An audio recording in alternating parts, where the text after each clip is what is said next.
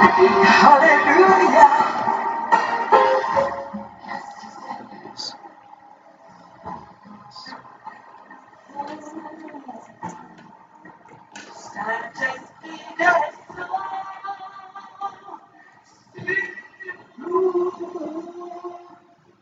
This song to you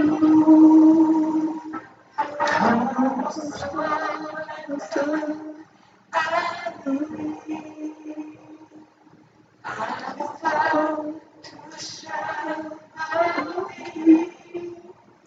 I can speak a song to you, song to you. He's on time.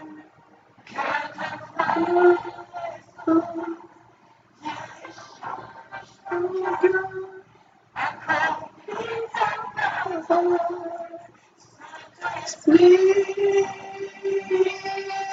song to you.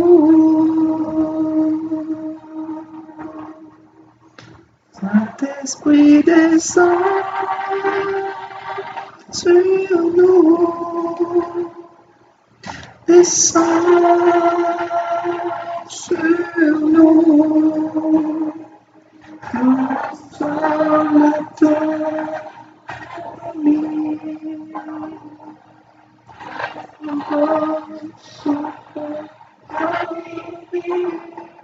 Not the sweetest song to you. This song to you. He's so sad.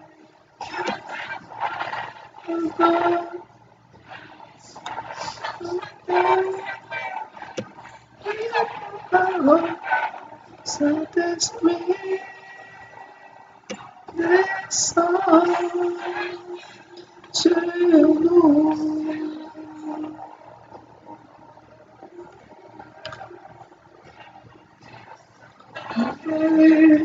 Rien entendu.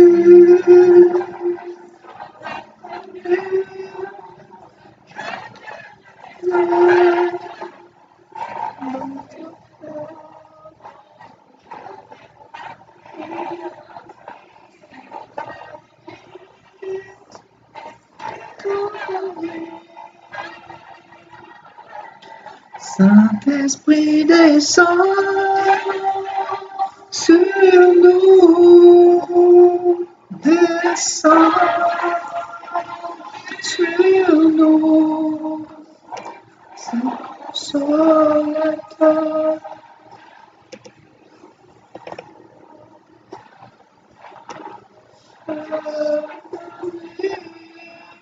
Saint-Esprit descend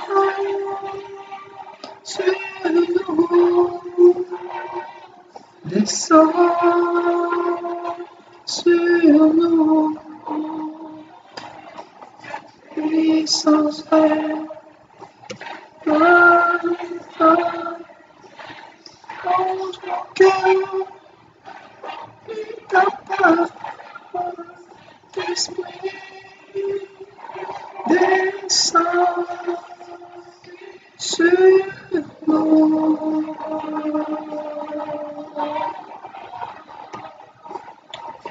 On a vu ni entendu.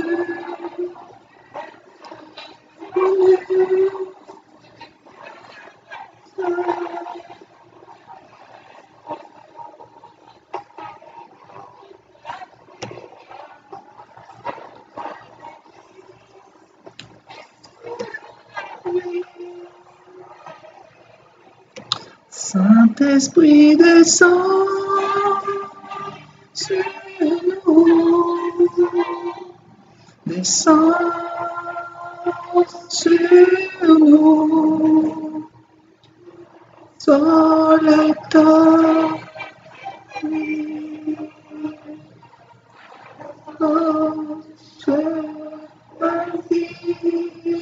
Saint-Esprit descend.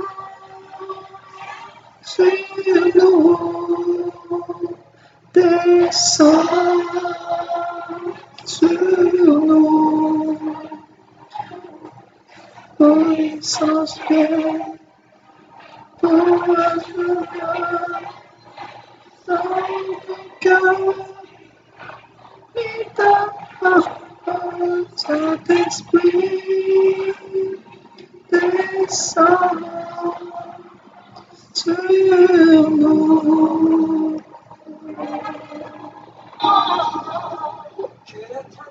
Puissance vienne.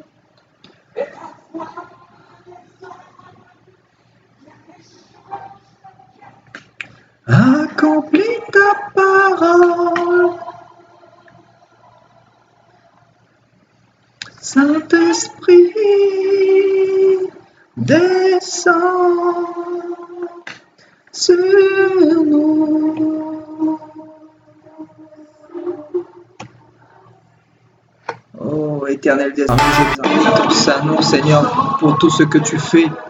Merci Éternel pour cette journée, merci pour ta grâce Père, merci pour tout ce que tu fais au milieu de nous, merci encore pour cette soirée que tu nous accordes, merci pour ta grâce Seigneur Éternel, pour ta fidélité, merci pour ce souffle de vie que tu nous as donné encore aujourd'hui Seigneur, nous te sommes reconnaissants Seigneur, nous voulons avant de commencer Seigneur, te remettre nos cœurs Seigneur, viens disposer les cœurs de chacun, de toutes les personnes qui sont connectées Seigneur, nous voulons nous repentir et te demander pardon pour nos fautes et pour nos transgressions Seigneur, et nous voulons Seigneur Éternel, nous soumettre à ta parole. Parle-nous, Seigneur, par le biais de ton Saint-Esprit et que toute la gloire te revienne, Jésus-Christ de Nazareth. Amen. Amen. Amen.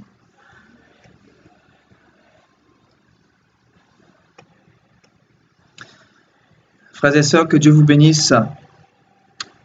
Bonsoir, ma sœur Sophie. Bonsoir, Fernande. Bonsoir, Eva. Bonsoir, Angèle. Bonsoir, Anne-Sophie. Bonsoir Patrick, bonsoir Léonie, bonsoir Anne-Claude, bonsoir Geneviève, bienvenue, bonsoir ma sœur Annie, bonsoir ma sœur Magali, soyez tous les bienvenus. Voilà, ce soir, Dieu m'a mis à cœur de faire une petite exhortation d'1 heure environ. Et voilà, nous allons parler sur un sujet fondamental. Donc, comme vous pouvez le voir derrière moi, frères et sœurs, le royaume des cieux. Pourquoi le royaume des cieux, frères et sœurs? Tout simplement parce que le Seigneur, quand il est venu mourir à la croix il y a 2000 ans, il a été à l'essentiel, frères et sœurs. Il nous a montré le but de son passage sur terre, le but de son ministère. Il nous a montré quel était son message véritablement. Et aujourd'hui, en 2016, nous sommes à la fin des temps, comme vous le savez, et nos églises ne mettent plus l'accent sur le royaume des cieux, frères et sœurs.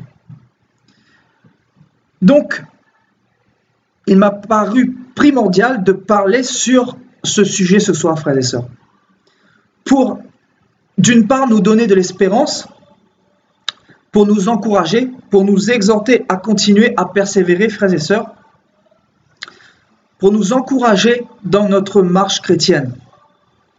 Bonsoir mon frère Geoffrey, Joël, que Dieu te bénisse, bienvenue. Donc voilà, le royaume des cieux. C'est un thème vraiment rare, comme tu dis mon frère, parce que nos églises sont dans l'apostasie aujourd'hui. Donc frères et sœurs, je veux que vous participiez avec moi, avec vos Bibles, et que nous allions tous dans la parole pour suivre l'exhortation que le Seigneur veut nous donner ce soir. Nous bénissons le Seigneur pour son Saint-Esprit. En tout cas, ce soir, je suis en pleine forme. Je pensais que j'allais être fatigué, mais finalement, le Seigneur a permis que je puisse faire une exhortation. Donc, je bénis Jésus-Christ. Et je suis dans la joie de me retrouver parmi vous encore ce soir, frères et sœurs. Donc, le thème de ce soir, le royaume des cieux, frères et sœurs. Pourquoi le royaume des cieux? Tout simplement parce que c'est notre destination finale. notre destination future, frères et sœurs. Jésus-Christ est venu sur la terre pour nous présenter le royaume des cieux. Jésus-Christ est venu littéralement pour nous emmener à rêver, à rêvasser sur les merveilleuses choses qu'il a préparées pour nous, frères et sœurs.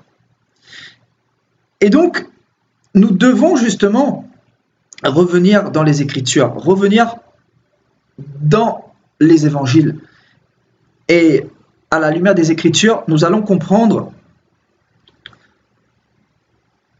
quel message Jésus-Christ nous a prêché. Nous avons vu avant-hier, frères et sœurs, la repentance.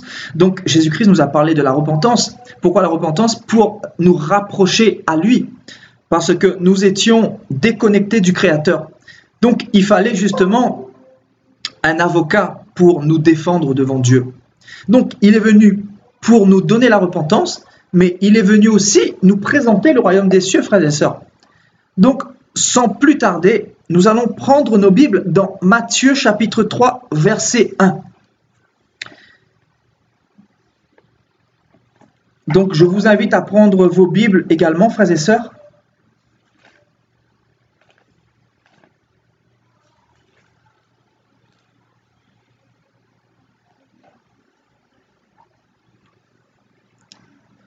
Donc le livre de Matthieu chapitre 3, verset 1.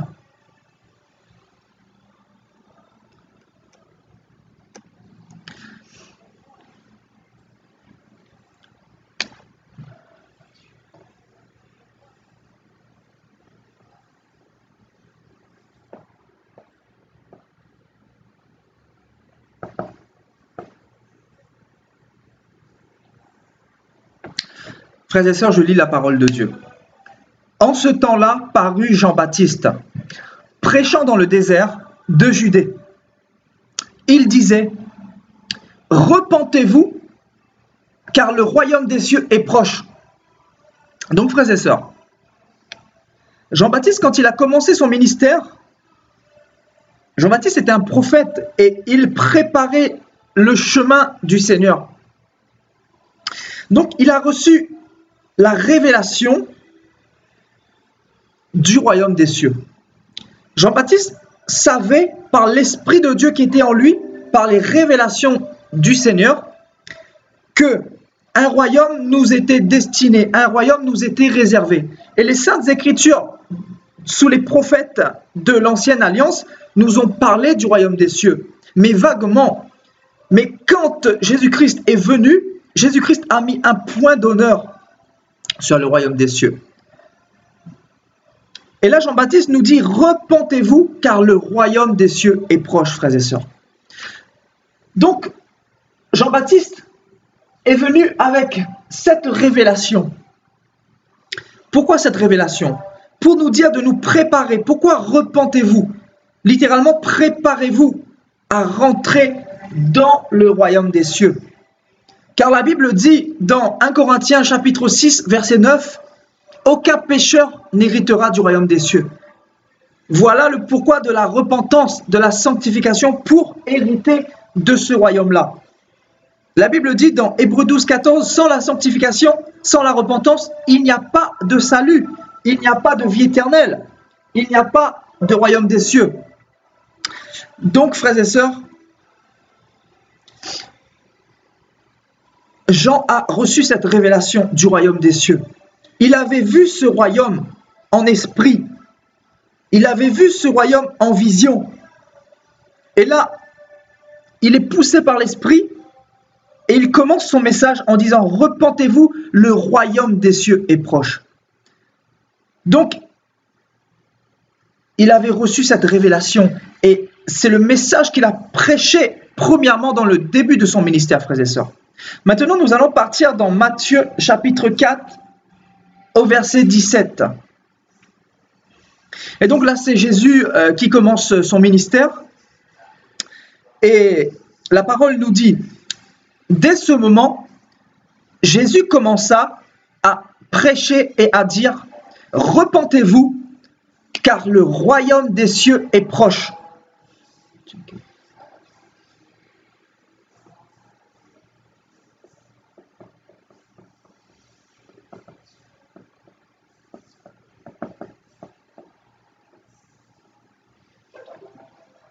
Donc, nous apprenons dans le chapitre 4 que Jésus-Christ a eu la même révélation, parce que lui-même est la parole de Dieu, lui-même est la révélation, lui-même est Dieu, lui-même est le Père incarné en l'homme. Car la Bible dit que en Jésus-Christ habite corporellement la plénitude de la divinité. Donc Jésus-Christ était 100% homme et 100% Dieu.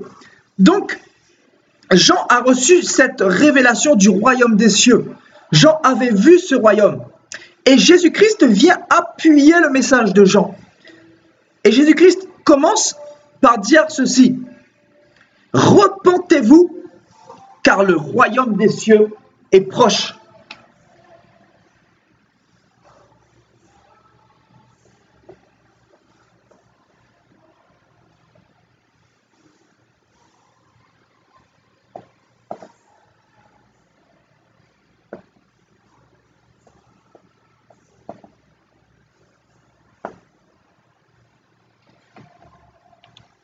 Repentez-vous car le royaume des cieux est proche. Et là, Jésus-Christ parlait il y a 2016 ans, frères et sœurs. Parce que il y a 2016 ans, nous sommes rentrés officiellement dans la fin des temps. Donc depuis 2000 ans, nous sommes dans cette période de la fin des temps. Et la Bible dit que un jour est comme 1000 ans pour le Seigneur et 1000 ans est comme un jour pour le Seigneur. Le Seigneur use de patience envers nous, ne voulant que personne périsse, mais que tous arrivent au royaume des cieux. Que tous rentrent dans le royaume des cieux. Amen. Donc Jésus-Christ est venu appuyer tout simplement le ministère de Jean. Parce que le Seigneur ne se contredit pas. Le Seigneur, depuis Genèse à Apocalypse, il a envoyé des prophètes qui nous parlaient des choses à venir, qui nous parlaient de l'Église par des messages prophétiques, qui nous parlaient du royaume des cieux par des versets prophétiques, qui nous parlaient des choses à venir, du monde que le Seigneur a réservé pour nous au loin, de ce monde parfait, de ce monde rempli d'amour, de cette nouvelle Jérusalem, de ce ciel de paix que le Seigneur a préparé pour son épouse avant la fondation du monde, frères et sœurs. Donc cela faisait partie du plan de Dieu. Amen. Donc, frères et sœurs, la Bible nous apprend que Jésus-Christ, au commencement de son ministère, nous a prêché le royaume des cieux. Frères et sœurs, comparez ce passage à notre époque. Forcément, vous constaterez que il y a un écart exponentiel. L'évangile qui se prêche actuellement, ce n'est pas l'évangile que Jésus-Christ nous a prêché. Aujourd'hui, même dans l'évangélisation, on ne nous parle même plus du ciel, du royaume des cieux. Dans nos églises, n'en parlons même plus, frères et sœurs. On ne met pas l'accent sur le royaume des cieux. Alors que Jésus-Christ est venu avec deux messages, en un seul message, la repentance et le royaume des cieux. Pourquoi la repentance? Parce que sans la repentance, nous ne pouvons pas rentrer dans le royaume des cieux. 1 Corinthiens chapitre 6, verset 9.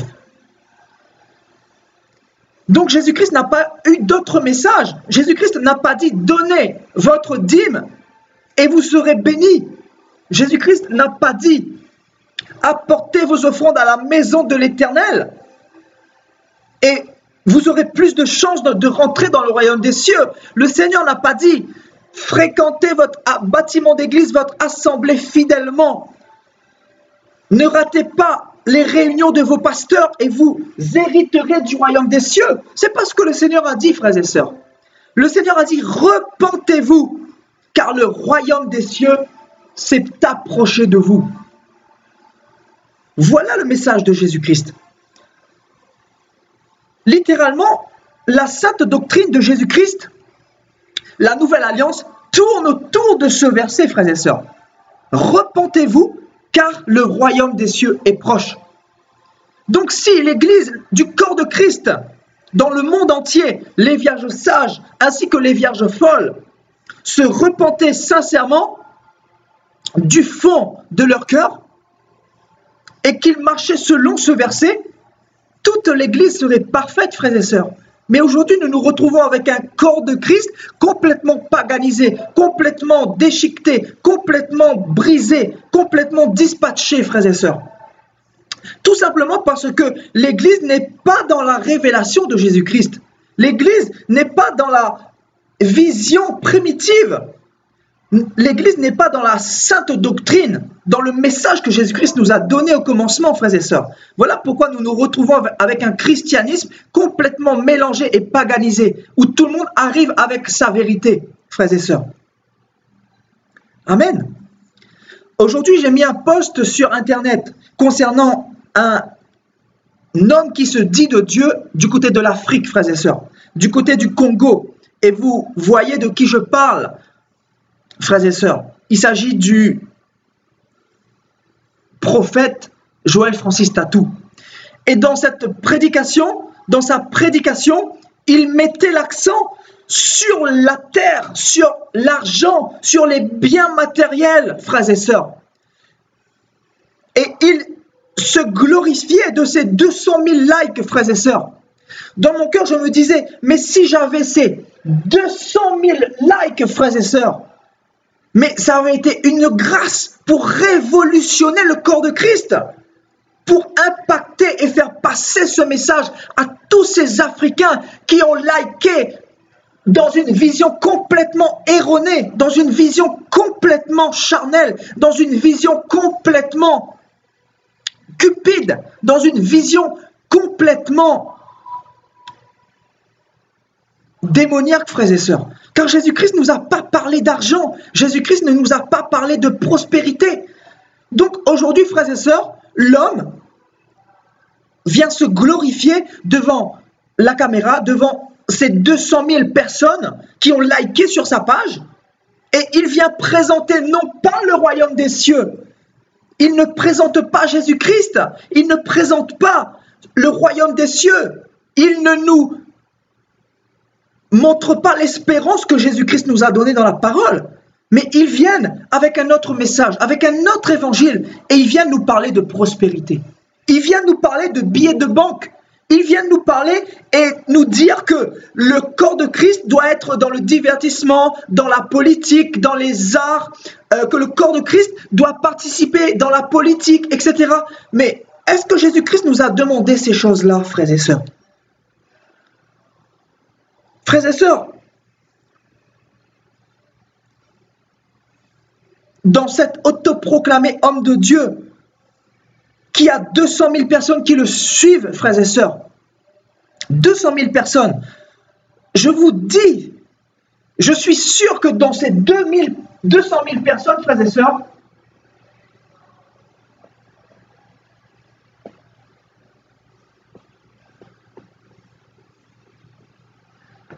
je suis certain que dans ces 200 000 personnes, frères et sœurs,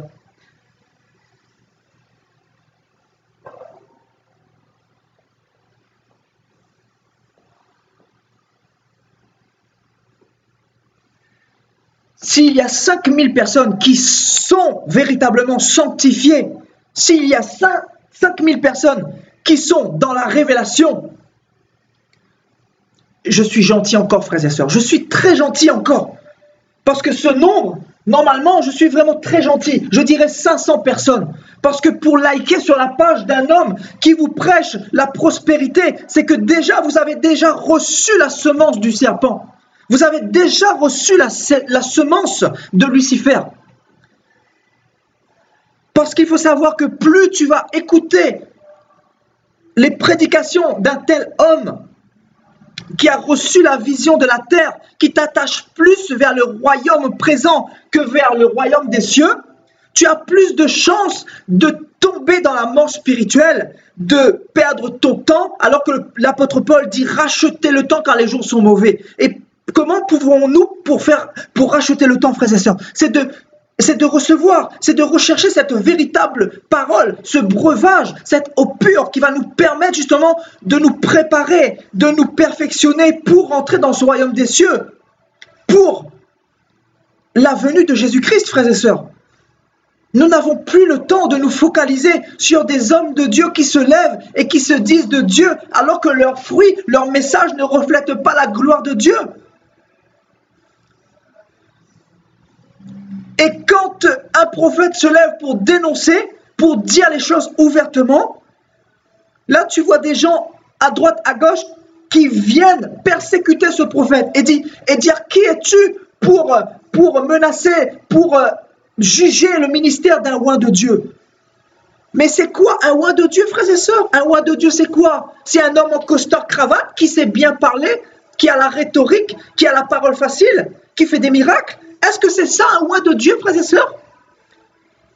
Écoutez bien ce message, écoutez bien.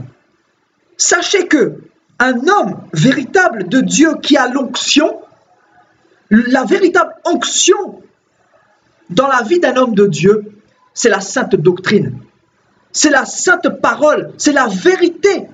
Car sans la vérité, il n'y a pas d'onction véritable. Car je le disais hier, frères et sœurs, Jésus-Christ n'est pas paganisé, Jésus-Christ n'est pas mélangé. Jésus-Christ est une eau pure, nous dit la parole. Il n'est pas mélangé. Donc arrêtons, cessons de mélanger Jésus-Christ avec l'argent. Hier, j'ai fait une exhortation sur ce sujet-là, frères et sœurs. Et Jésus-Christ disait qu'il n'y a rien de commun entre la lumière et les ténèbres.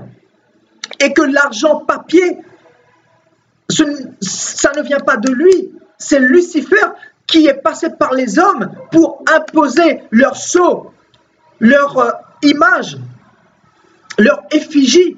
Donc ce n'est pas l'effigie de Jésus-Christ sur les billets de banque. Donc arrêtons d'assimiler l'argent à Jésus-Christ. Frères et sœurs, la richesse pour Dieu n'est pas les billets de banque. Nous l'avons vu hier, frères et sœurs, notamment dans l'église de Smyrne, dans Apocalypse 2. Cette église qui était pauvre financièrement et le Seigneur avait approuvé cette église. Donc nous devons nous réveiller, frères et sœurs, parce que les temps sont très difficiles et les gens sont complètement perchés, les gens sont complètement aveuglés, sont complètement endurcis et ils ont la démangeaison d'entendre des choses agréables. Nous le constatons devant nous, frères et sœurs. Tous les jours, la parole s'accomplit devant nous. Bientôt, je ferai une exhortation sur l'ignorance, frères et sœurs. Car qu'est-ce qui tue aujourd'hui? C'est l'ignorance. Beaucoup partiront en enfer.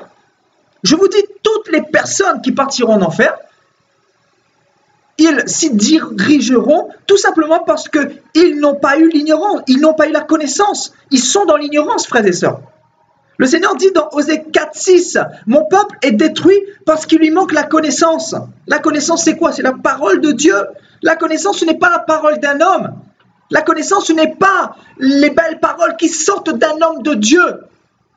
Parce qu'en entendant, en écoutant ces hommes de Dieu qui vous prêchent des hérésies, vous êtes en train de recevoir des flèches du royaume des ténèbres. Vous êtes en train de recevoir des envoûtements spirituels. Car une parole, une doctrine qui ne vient pas du Seigneur est un breuvage de serpent, est un envoûtement. Les gens se font envoûter. Et c'est pour ça que quand tu présentes la vérité, les gens refusent la vérité parce qu'ils ne connaissent pas la Bible. Les évangéliques, frères et sœurs, sont pires que les catholiques parce que eux, soi-disant, ils sont réformés, ils sont réveillés depuis Luther. Mais ils sont pires. Ce sont des hypocrites. En fait, Babylone est vraiment à son paroxysme, frères et sœurs. L'empire de Babylone est à son paroxysme et l'homme impie a déjà assis son système. Nous pouvons voir la manière de penser de nos soi-disant chrétiens. Nous le constatons, frères et sœurs. C'est ça la pensée de Babylone. C'est ça l'esprit de l'antéchrist. C'est de ne plus se rendre compte de la sainteté de Dieu, de l'esprit prophétique, de la vision que le Seigneur a pour nous, le royaume des cieux. Car Babylone ne peut pas se rendre compte du royaume des cieux parce que sa vision est terrestre, frères et sœurs. Sa vision est terrestre. Nous allons continuer, frères et sœurs, dans Jean chapitre 18.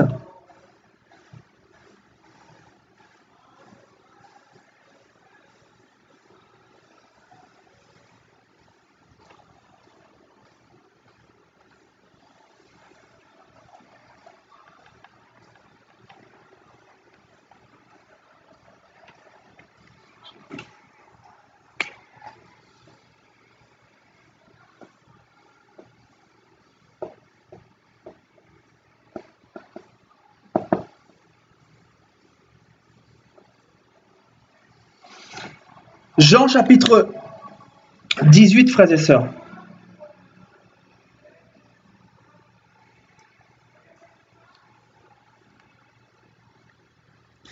Pilate rentra dans le prétoire. Il appela Jésus et lui dit: « Es-tu le roi des Juifs? Est-ce que tu es le roi des Juifs ?» Et Jésus répondit: «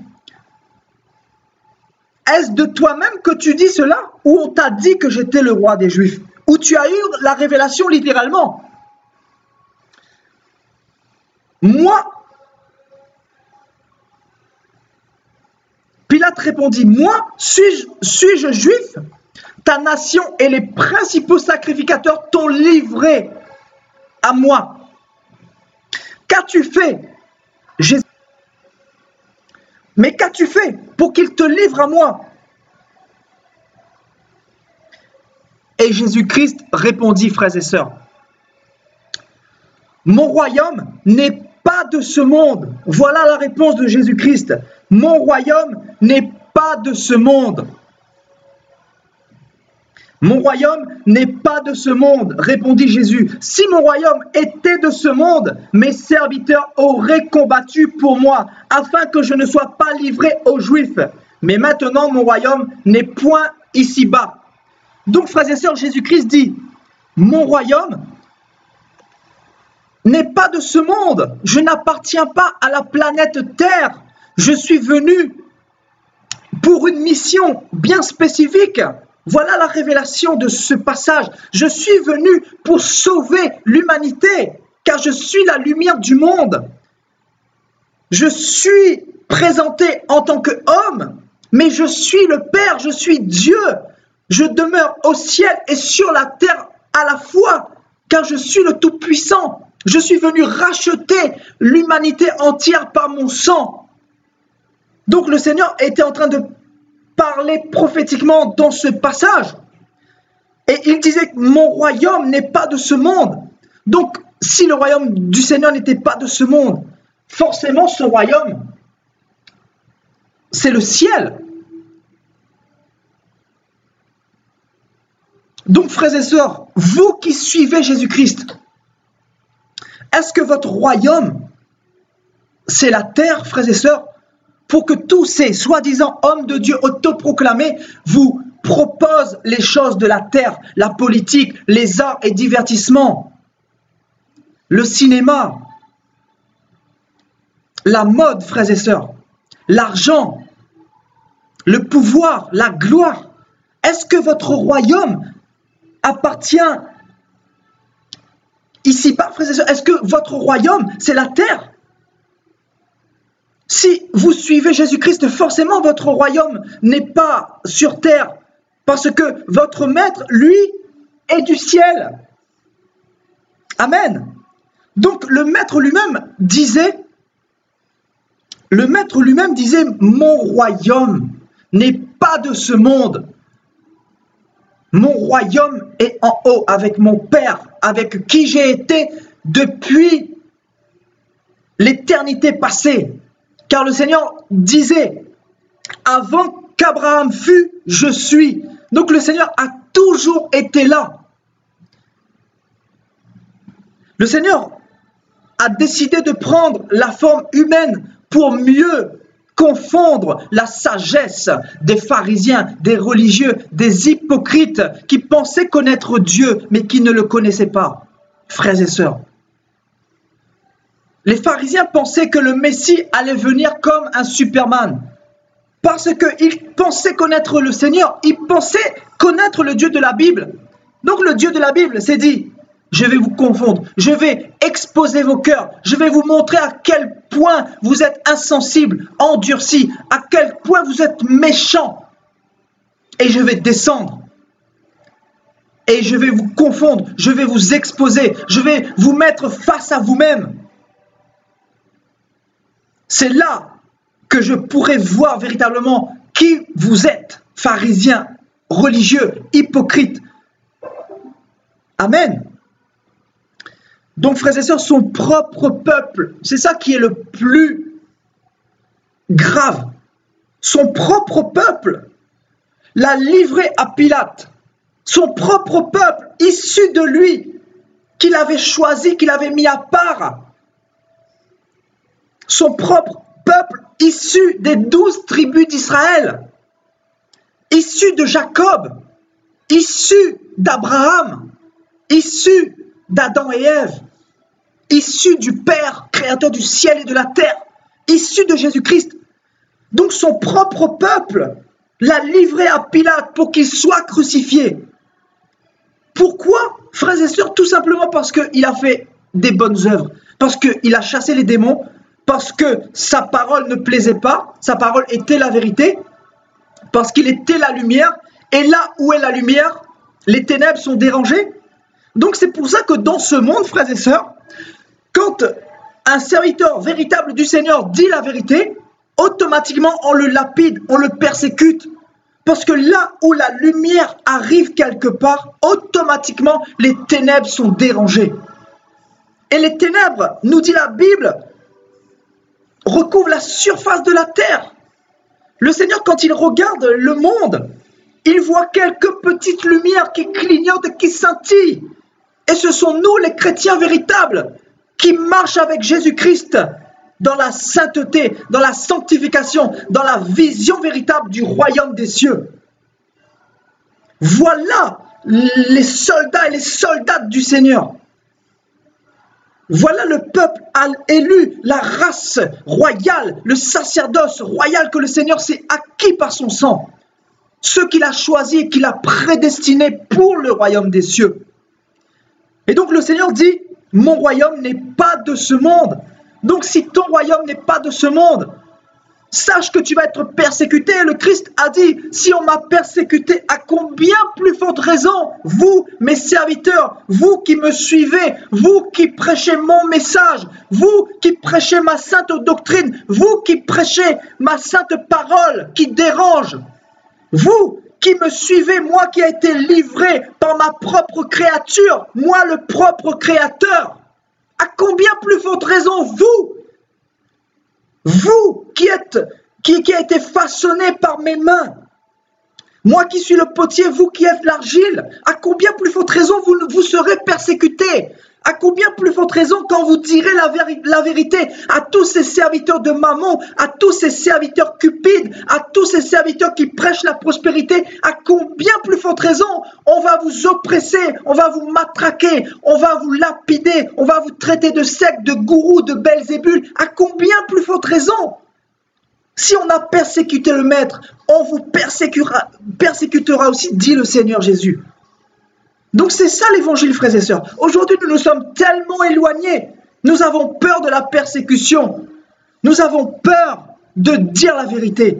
Frères et sœurs, moi, j'ai décidé de me lever, de dire la vérité, frères et sœurs. Ce n'est pas facile, mais ce que le Seigneur a mis en moi, c'est l'audace et l'onction de pouvoir me lever sur les réseaux sociaux, dans les rues et dire à un serviteur de Dieu, repens-toi car tu n'es pas dans la vision, tu es en train d'égarer le peuple de Dieu. Toi, si tu t'égares encore, passons, c'est ton choix, tu as fait le choix d'aller dans l'enfer de la géhenne, tu as fait le choix de servir le diable, de servir Mammon, mais toutes ces brebis qui sont égarées, que tu égares, toutes ces brebis que tu paies incorrectement, du verbe paître, toutes ces brebis auxquelles tu ne donnes pas le véritable pâturage, toutes ces brebis dont tu ne prêches pas la repentance et le royaume des cieux.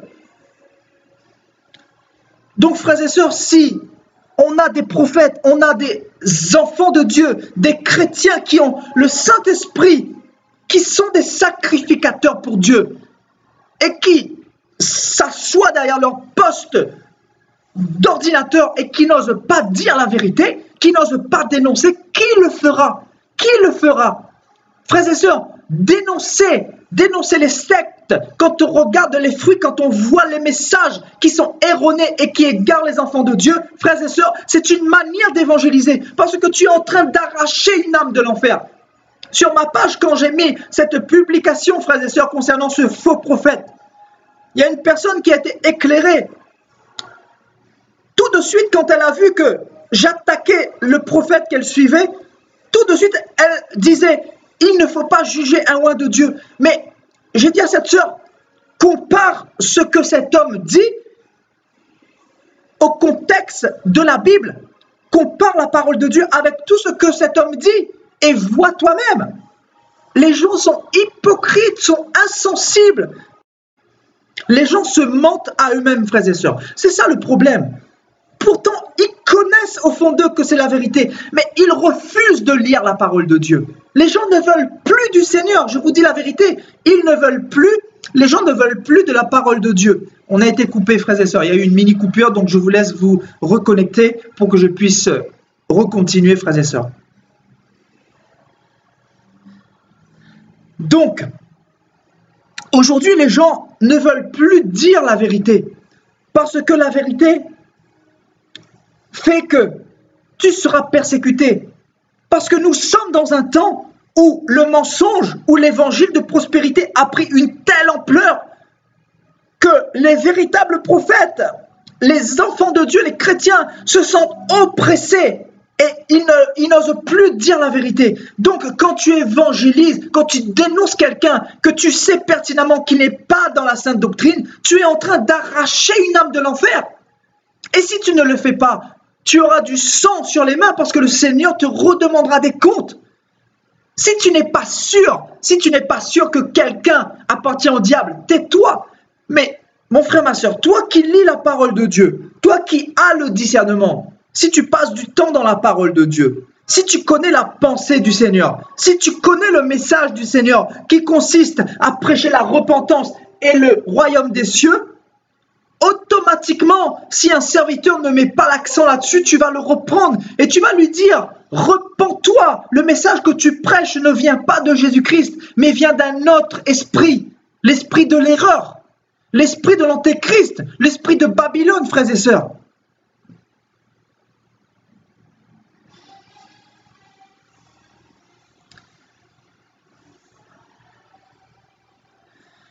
Ma sœur Dédicia, je répondrai à tes questions tout à l'heure, il n'y a pas de souci.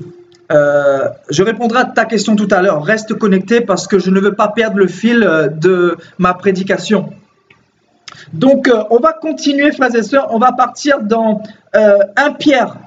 Donc, pour ceux qui ne savent pas où ça se situe, c'est à la fin de la Bible, un peu avant Apocalypse. Donc, 1 Pierre, chapitre 1. Donc, 1 Pierre, chapitre 1, verset 17. Verset 17, frères et sœurs.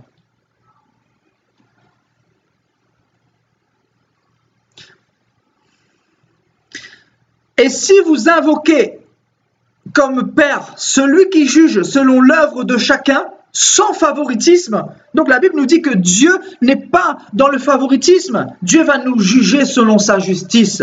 Car la Bible dit que Dieu habite, Dieu lui-même vit dans le sceptre de la justice, de l'équité. Donc il va nous juger par la justice, par sa parole. Dieu n'est pas comme l'homme qui est corrompu. Dieu est juste, Dieu est saint, Dieu est éternel. La Bible dit, conduisez-vous avec crainte pendant le temps de votre séjour sur terre.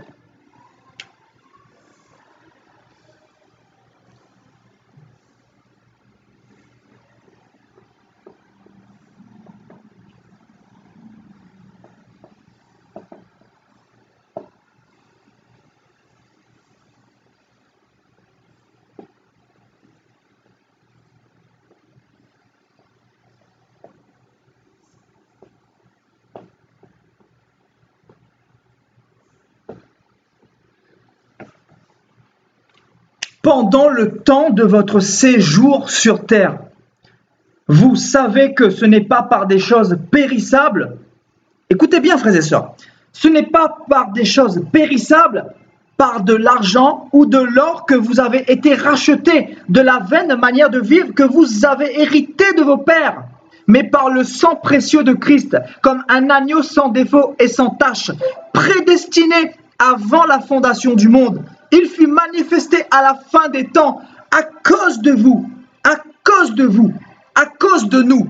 Par lui, vous croyez en Dieu qu'il a ressuscité des morts et lui a donné la gloire, en sorte que votre foi et votre espérance reposent par Dieu, frères et sœurs. La Bible nous dit que nous sommes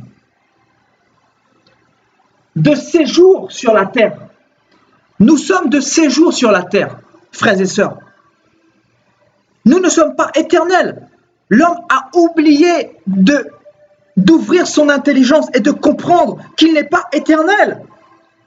Le psaume 90 nous dit que les années d'un homme sont de 70 ans et 80 ans pour les plus robustes, et que à partir de 100 ans, c'est une grâce. Donc la vie de l'homme tourne autour de 70 ans. Un jour, nous quitterons cette tente, ce corps que Dieu nous a donné, car ce n'est pas le vrai nous, frères et sœurs. Le vrai nous se trouve justement dans notre âme, dans notre esprit, frères et sœurs. C'est ça qui est le vrai nous. Car notre corps n'est pas notre personne, c'est une enveloppe charnelle par lequel l'esprit que Dieu nous a donné, le souffle de vie que Dieu nous a donné, puisse se mouvoir, puisse se manifester à travers nous, frères et sœurs. Donc sache que le psaume 90 dit que tu vis en moyenne 70 ans. Donc pourquoi se rebeller à la vérité? Pourquoi aimer et préférer le mensonge? Pourquoi aimer le mensonge alors que Dieu suscite des vrais serviteurs pour véhiculer le message, pour sauver les âmes? Donc les gens sont complètement dans la mort spirituelle. Et la Bible dit que le diable a voilé les yeux des humains pour pas qu'ils voient briller la splendeur de l'évangile de Christ. Parce que tu vas leur présenter les versets, mais ils sont tellement endurcis qu'ils vont refuser parce qu'ils préfèrent plus la gloire des hommes. Ils préfèrent plus le mensonge. Ils préfèrent plus la prospérité. Ils s'attachent plus à la vision du monde. Ils s'attachent plus au bâtiment d'église. Ils s'attachent plus à la vision mondaine, frères et sœurs, à cet évangile du diable. Ils sont plus attachés à la terre qu'au royaume des cieux. Parce que celui qui est attaché au royaume des cieux, frères et sœurs, laissez-moi vous dire que cette personne ne se laissera pas corrompre. Elle recherchera la vérité, coûte que coûte. Tôt ou tard, elle trouvera la vérité. Parce qu'elle a eu le désir de la rechercher, cette vérité. Mais celui qui meurt dans l'ignorance, c'est tout simplement parce qu'il a été endurci, qu'il a été rebelle à la parole de Dieu. Parce que Dieu a disposé la plénitude de son amour, de sa grâce. Le Seigneur nous a donné le Saint-Esprit, nous a donné les 66 livres de la Bible. Donc nous n'avons aucun prétexte. Et c'est pour ça que le Seigneur dit que cette génération sera jugée plus sévèrement que les autres générations. Toutes les générations confondues, frères et sœurs. Et donc, ce n'est pas par des choses périssables, par de l'or et par de l'argent que nous avons été rachetés. Alors pourquoi assimilons-nous, frères et sœurs, l'argent à Dieu? Alors que l'évangile est purement représenté dans le sang de Christ, qui est la délivrance, qui est notre délivrance. Le sang de Christ qui nous réconcilie avec Dieu, qui nous redonne le statut de la vie éternelle, qui nous redonne le salut, qui nous directionne vers le royaume des cieux, frères et sœurs. Amen. Donc, nous allons tourner la page dans 1 Pierre chapitre 2, verset 11.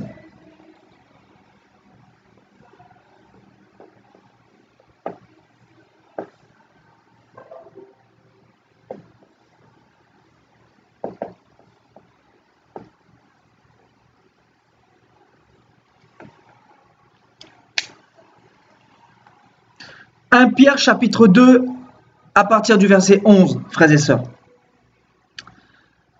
L'apôtre Pierre dit, « Bien-aimés, je vous exhorte comme étrangers et voyageurs sur la terre. » Étrangers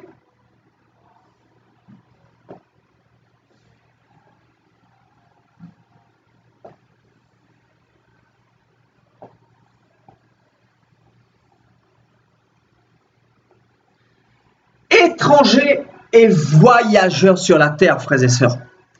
Donc c'est grave.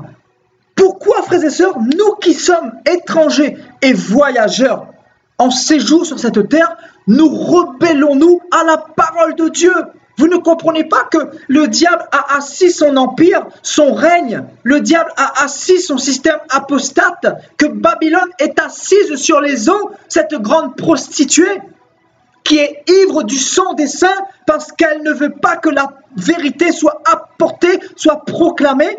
Tous ces prophètes qui sont lapidés, leur message qui ne passe pas, et tous ces faux prophètes qui sont dans la gloire mondaine, qui sont avec les 200 000 likes, qui sont en train de s'auto-glorifier et prêcher des messages qui ne sont pas conformes à la parole de Dieu, qui nous parlent de l'évangile de Mammon, de la cupidité, de la prospérité, de la politique et de toutes ces choses. Et vous pensez que le Seigneur est là-dedans, frères et sœurs? La Bible dit que le Seigneur n'a pas changé, il est le même hier, aujourd'hui et éternellement. Donc si Dieu n'a pas changé, nous les hommes, en revanche, nous avons changé. Car nous sommes au 21e siècle.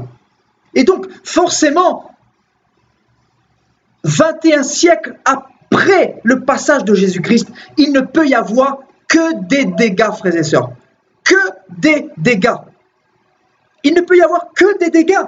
Et c'est ce qui se passe actuellement dans nos églises. Le Seigneur veut nous réveiller davantage de notre sommeil spirituel et nous dire que les temps sont graves. Nous devons nous focaliser sur sa parole. Nous devons avoir la connaissance. Nous devons mettre de l'huile dans nos lampes afin de tenir ferme et d'aller jusqu'au bout à la rencontre de l'époux, car le Seigneur est à la porte et il est en train de revenir. Voilà le message de Jésus-Christ.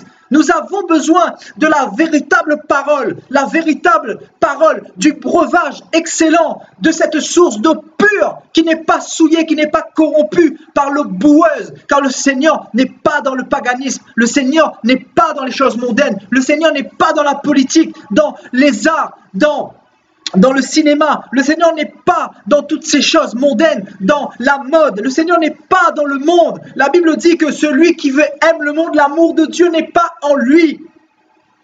1 Jean chapitre 2, verset 5. Et Jacques chapitre 4, verset 4 dit que celui qui aime le monde, il se fait inimitié de Dieu. Il n'est pas ami de Dieu. Celui qui aime le monde, celui qui aime la mode, la politique et tout ça. Parce que toutes ces choses-là, c'est Satan qui gouverne ces choses-là. Satan est le maître du monde. Il est le prince de ce monde présent. Et souvenez-vous, frères et sœurs, tout à l'heure, Jésus-Christ qui disait « Mon royaume n'est pas de ce monde ». Donc pourquoi les hommes de Dieu nous focalisent sur ce monde? Pourquoi les hommes de Dieu nous parlent de ce monde présent? Pourquoi les hommes de Dieu nous parlent de bâtiments d'église, de bâtir des églises, frères et sœurs? Ce n'est plus le temps de bâtir des églises. Il est temps de se préparer à la rencontre de l'époux. Il est temps, frères et sœurs, de se revêtir de cet habit de noces pour aller à la rencontre de Jésus-Christ, pour être attirés dans le ciel par cette force d'attraction qui va nous surprendre bientôt, frères et sœurs. Car la Bible dit que Jésus-Christ reviendra comme un voleur dans la nuit, quand personne ne s'y attendra, quand on dira paix et sûreté. Nos églises aujourd'hui sont dans un semblant de paix, dans une fausse paix, car les gens ont de l'espérance, les gens sont dans une vision complètement charnelle et ils pensent qu'ils sont dans une paix justement. Mais après cette paix-là, il va y avoir le retour de Jésus-Christ. Et le Seigneur a dit, mes brebis entendent ma voix et elles me suivent. Et je suis convaincu que la véritable brebis du Seigneur, parce que je sais que la parole de Dieu ne ment pas, la véritable parole du Seigneur, la brebis qui était perdue, elle va l'entendre, elle va l'accepter, même si c'est dur de quitter son église corrompue, même si c'est dur de quitter cet grand homme de Dieu qui faisait des miracles, mais si son message n'est pas conforme à la parole de Dieu, vaut mieux te sauver, prendre tes jambes à ton cou et préparer ton salut, te préparer davantage pour ton salut. Il n'est plus temps de rechercher une église, mais il est temps de rechercher le royaume des cieux, frères et sœurs. Le royaume des cieux, frères et sœurs. Le royaume des cieux, frères et sœurs. La Bible dit, en Matthieu 6, 33, cherchez d'abord premièrement le royaume des cieux, et toutes ces choses vous seront données par-dessus tout. Toutes ces choses. l'abondance si tu veux, la richesse si tu veux, mais d'abord le royaume des cieux. Parce que quand tu recherches le royaume des cieux, le Seigneur te brise, le Seigneur te brise, le Seigneur enlève la cupidité dans ton cœur, le Seigneur enlève l'orgueil, le Seigneur enlève l'égoïsme dans ton cœur. Et l'argent que tu vas avoir automatiquement va servir pour les veuves, pour les orphelins, pour l'avancement du royaume des cieux, pour acheter des Bibles, pour faire avancer et faire croître le royaume des cieux sur terre, frères et sœurs. C'est ça le rôle de l'Église. Le rôle de l'Église, ce n'est pas d'aller dans un bâtiment d'église chaque dimanche et d'être comme un hypocrite. Et le lundi, mardi, jusqu'au samedi, il ne fait rien de ses 10 doigts. Il ne fait pas avancer le royaume des cieux, mais il fait avancer le royaume de son pasteur. Il fait avancer le Dieu de son pasteur, le Dieu de son pasteur, le Dieu de son pasteur, qui n'est pas Jésus-Christ. Car quelqu'un qui est attaché à une vision de bâtiment, il ne peut pas être dans la vision de Jésus-Christ. Car Jésus-Christ nous a dit dans Matthieu, chapitre 28, « Allez dans toutes les nations ». Faites de toutes les nations des disciples et les baptisant au nom du Père, du Fils et du Saint-Esprit. Donc un homme de Dieu doit être aussi à l'extérieur, non pas que dans les bâtiments d'église. Les bâtiments d'église, nous devons être sortis de cette vision complètement charnelle, car nous sommes le temple du Saint-Esprit. Nous pouvons avoir une église sur une plage, dans le désert. Nous pouvons avoir une église, frères et sœurs, sous l'eau. Car nous sommes dans le temple du Saint-Esprit. Nous pouvons avoir une église comme ce soir. Nous sommes l'église du Saint-Esprit. Nous sommes l'église de Dieu. Nous sommes le temple du Saint-Esprit. Car Dieu habite dans chaque chrétien, frères et sœurs. C'est ça l'évangile. L'évangile, c'est ça. Ce n'est pas le bâtiment d'église. On nous a menti. On nous a menti par des mensonges, par des pensées erronées, par des messages qui venaient de Lucifer, qui venaient du royaume des ténèbres, qui venaient de cet utérus de l'église catholique romaine, frères et sœurs. On nous a menti en nous disant que le temple du Saint-Esprit, c'était les bâtiments d'église, c'était les pierres, frères et sœurs. Alors que 1 Pierre chapitre 2 verset 5 dit que nous sommes les pierres vivantes. Nous sommes des pierres vivantes que Dieu utilise pour aller dans les nations, pour gagner des âmes, pour arracher des âmes de l'enfer, pour évangéliser nos collègues, pour évangéliser notre famille, pour évangéliser ceux qui sont encore dans le péché, pour évangéliser ceux qui sont encore dans les boîtes de nuit, dans la masturbation, dans la fornication, dans la cupidité, dans l'orgueil, dans la convoitise, dans toutes ces choses passagères, frères et sœurs, dans les choses du monde. Voilà l'évangile, frères et sœurs. L'évangile, c'est ça. C'est s'attacher plus au royaume des cieux qu'au royaume terrestre. Jésus-Christ dit, cherchez premièrement le royaume des cieux. Premièrement,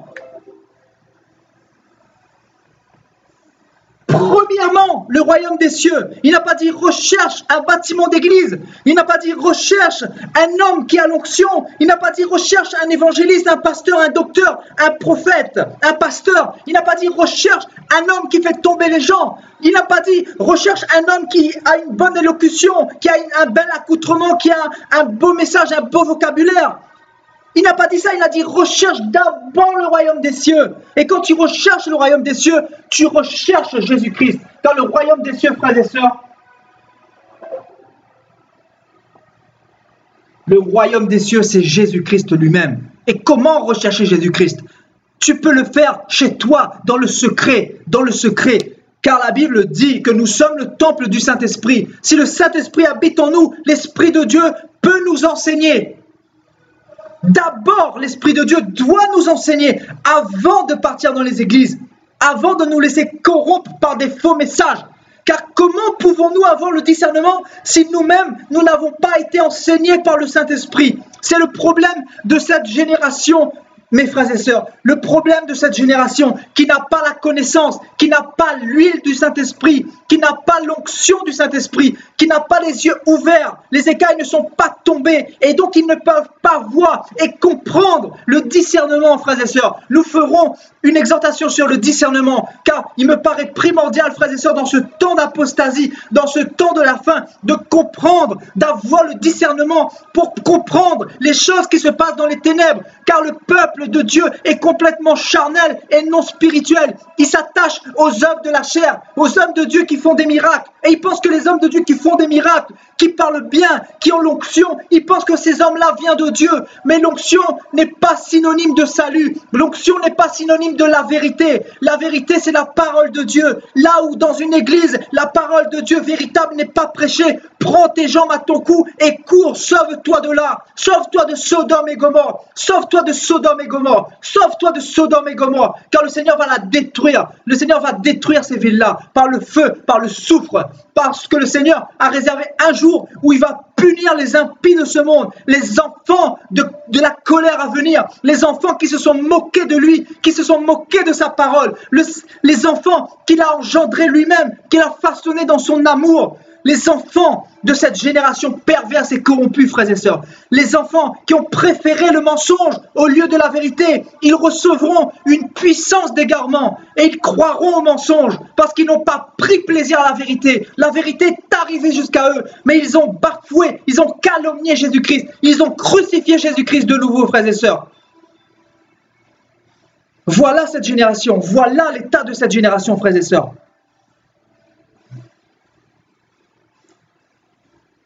C'est grave.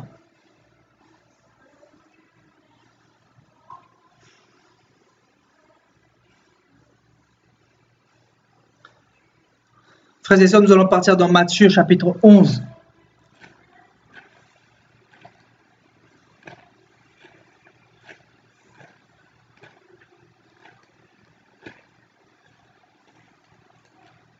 Matthieu chapitre 11, verset 12.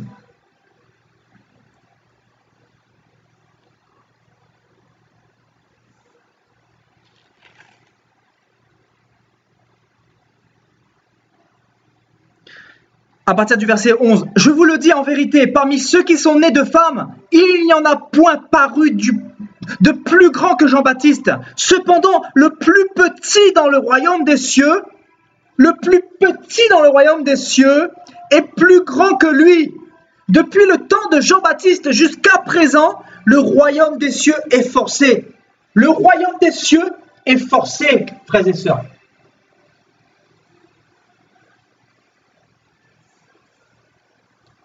Le royaume des cieux est forcé.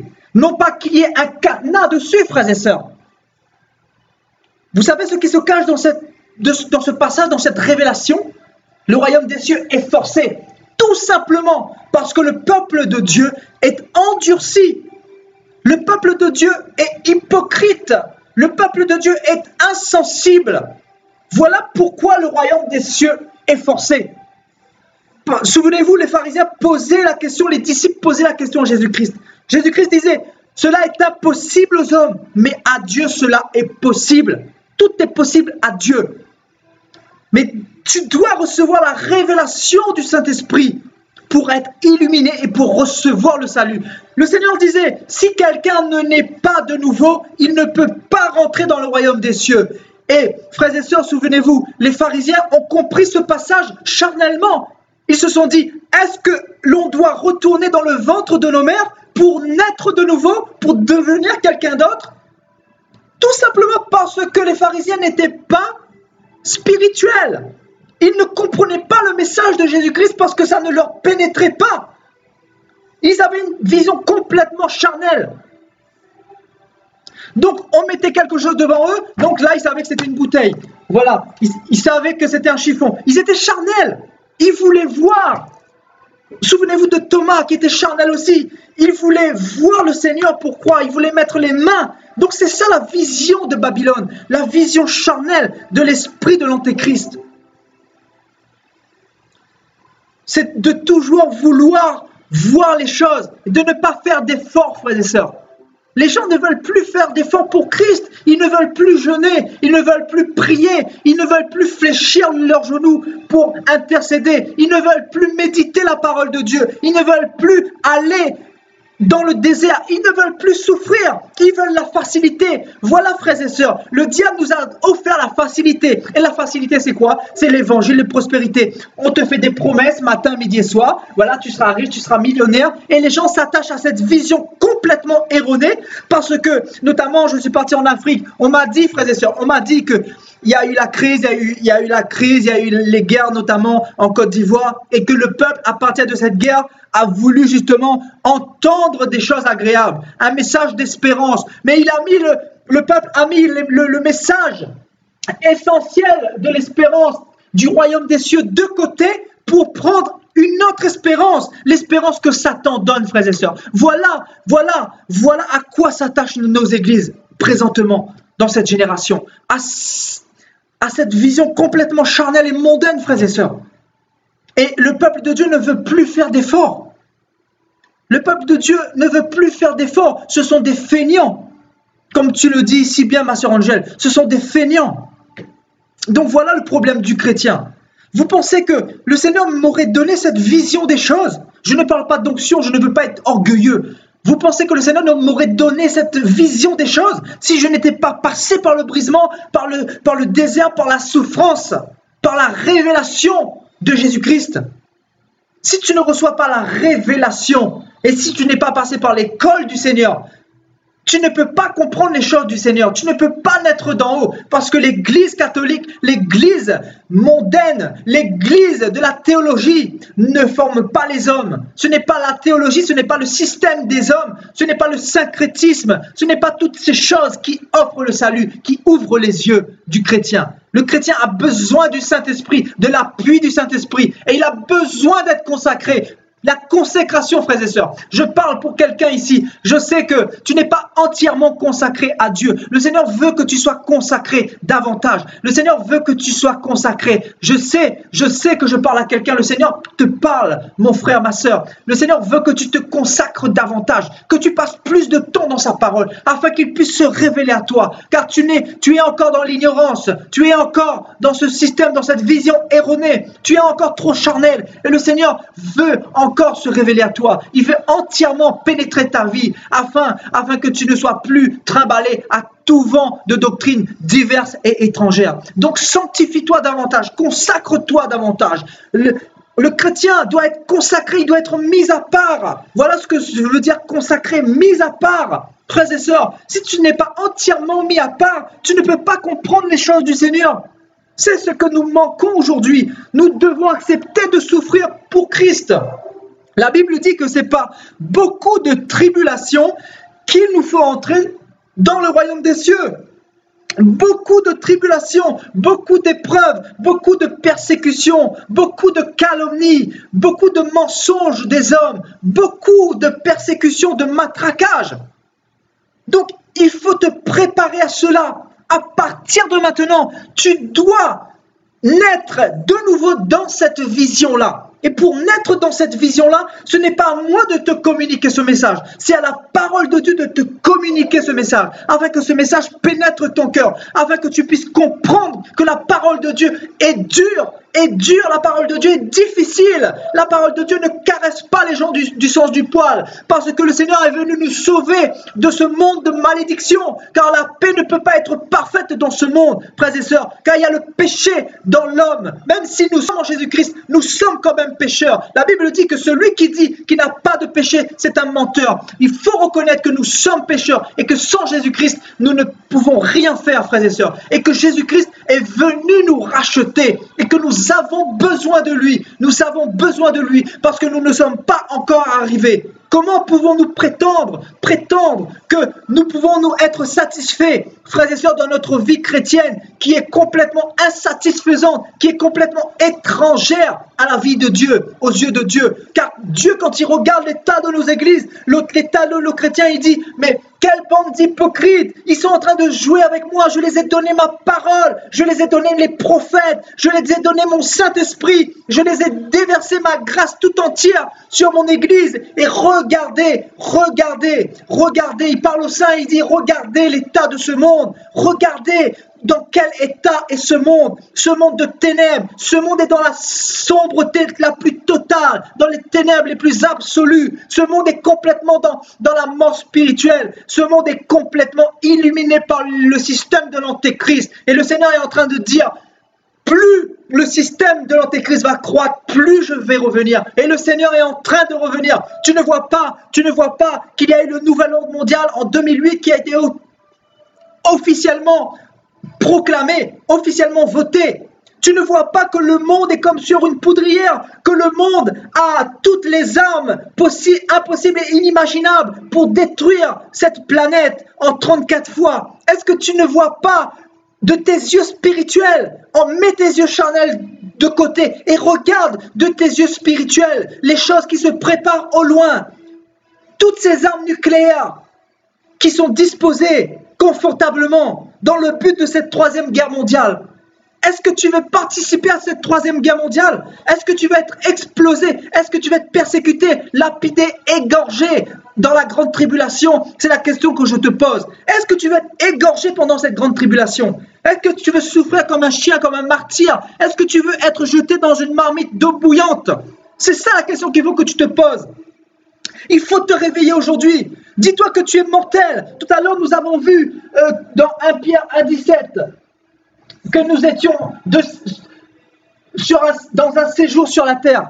Nous sommes de séjour sur la terre, frères et sœurs. Et 1 Pierre 2,11 nous dit que nous sommes étrangers et voyageurs. Donc, jusqu'à quand vas-tu t'endurcir? Jusqu'à quand vas-tu mettre la parole de Dieu de côté?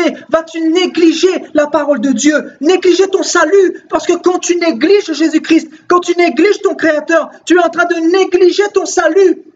Tu es en train de creuser ta tombe toi-même. Toi-même par ta paresse spirituelle, par ta négligence. Et c'est ça la vérité. C'est ça la vérité, frères et sœurs. Les chrétiens d'aujourd'hui sont paresseux. Paresseux. Et c'est ça le problème. C'est ça le problème. J'ai fait une vidéo un jour où quelqu'un me posait la question, comment sortir du péché? C'est une question de volonté. Si tu veux abandonner le péché, si tu veux sortir du péché, tu peux, mais il faut le vouloir. Ce n'est pas moi qui va le faire à ta place. Je peux prier pour toi, mais ne viens pas me fatiguer matin, midi et soir de prier pour toi, alors que toi-même tu ne veux pas faire l'effort de sortir du péché. Sache que, mon frère, ma soeur, tu es en séjour sur la terre et tu es étranger et voyageur. Donc je parle à toutes les personnes qui m'écoutent ce soir. Je suis en train de te dire, si tu ne te prépares pas, le jour où tu vas mourir, le jour où la mort viendra te récupérer, le jour où la mort viendra te chercher, car Dieu a réservé un jour où tu vas être confronté à la mort. Laisse-moi te dire, je ne sais pas si c'est le 30 janvier 2030 ou le 15 juillet 2040 ou le 3 août 1965, peut-être tu vas être centenaire, mais la mort va venir te chercher. Et ça va être terrible ce jour-là. Ça va être terrible. Parce que aussitôt que la mort viendra te chercher, dès que tu passeras de l'autre côté, tu vas revêtir ce corps spirituel. Tu vas être dépouillé de ton corps, de la tente que Dieu t'a donnée. Si tu ne t'es pas repenti, si tu n'as pas marché dans la sanctification, si tu n'as pas marché dans les commandements de Dieu, c'est là que tu vas regretter. Et ça sera trop tard. Tu vas descendre dans le séjour des morts. Les démons vont t'accueillir. Ils vont t'accueillir. Si tu as été dans l'impudicité, laisse-moi te dire, dans la masturbation, les démons vont te violer dans le royaume des ténèbres. Ils vont te violer. Ils vont te découper en morceaux. Ils vont mettre de l'acide sur toi, ils vont mettre le feu sur toi et tu vas être recomposé et les démons vont recommencer. Imagine-toi, c'est une chaîne sans fin, on te parle d'éternité, donc ne joue pas avec ton salut, ne néglige pas la grâce de Dieu, car ce message est pour que tu te repentes aujourd'hui. Le Seigneur est venu jusqu'à toi, le doigt de Dieu est venu jusqu'à toi, parce que ce que le Seigneur fait avec nous, ce que le Seigneur a fait dans notre vie, on veut communiquer ça aux autres, leur dire que ce monde ne peut pas offrir le salut, ne peut pas offrir la paix, ne peut pas offrir la vie éternelle. Ce monde ne peut pas offrir le royaume des cieux, mais Jésus-Christ, lui, il peut offrir le royaume des cieux. Il a dit, je suis le chemin, la vérité et la vie. Nul ne vient au Père que par moi, nul ne vient dans le royaume que en passant par moi. Moi, Jésus-Christ. Donc la foi, frères et sœurs, la foi va te faire déplacer des montagnes. La foi va te faire abandonner l'impudicité, la fornication, le mensonge, l'adultère, les films pornographiques. La foi, est-ce que tu as un minimum de foi pour abandonner ces choses-là? Mais pour avoir la foi, tu dois connaître la parole, parce que la foi vient de ce que l'on entend, et ce que l'on entend vient de la parole de Dieu. Mais si tu écoutes les hommes qui se disent de Dieu et qui ne sont pas, et qui prêchent des messages de prospérité, tu vas avoir la foi aussi. Mais ta foi va être complètement, laisse-moi te dire, terrestre. Ça sera une foi qui va t'attacher à ce monde, littéralement à l'enfer, au royaume des cieux, mon frère, ma soeur. Au royaume de l'enfer, mon frère, ma soeur. Au royaume de Satan. Amen. Frères et sœurs, nous allons brièvement partir dans Jean chapitre 15. Nous n'allons pas tarder pour terminer. Donc nous allons terminer ce message par quelques versets avant de prier pour vous, frères et sœurs. Donc Jean chapitre 15, à partir du verset 18.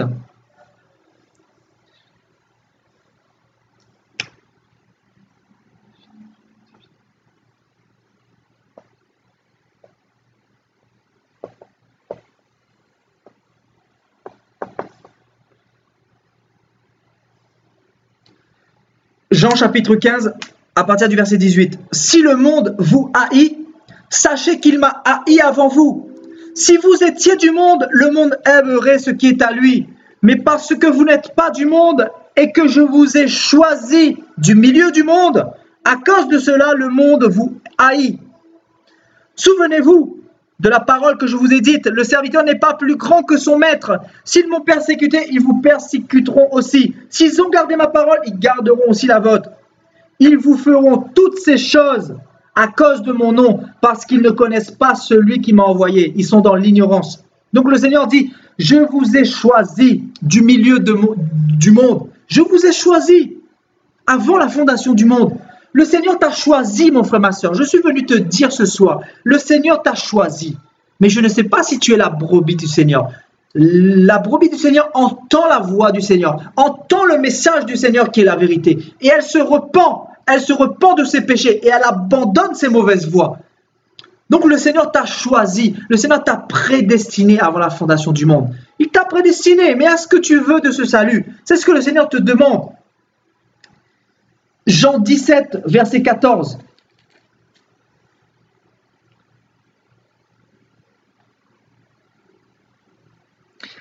Je leur ai donné ta parole et le monde les a haïs parce qu'ils ne sont pas du monde. Donc la Bible nous dit, frères et sœurs, dans ces deux versets-là, dans Jean 15, 19 et Jean 17, 14,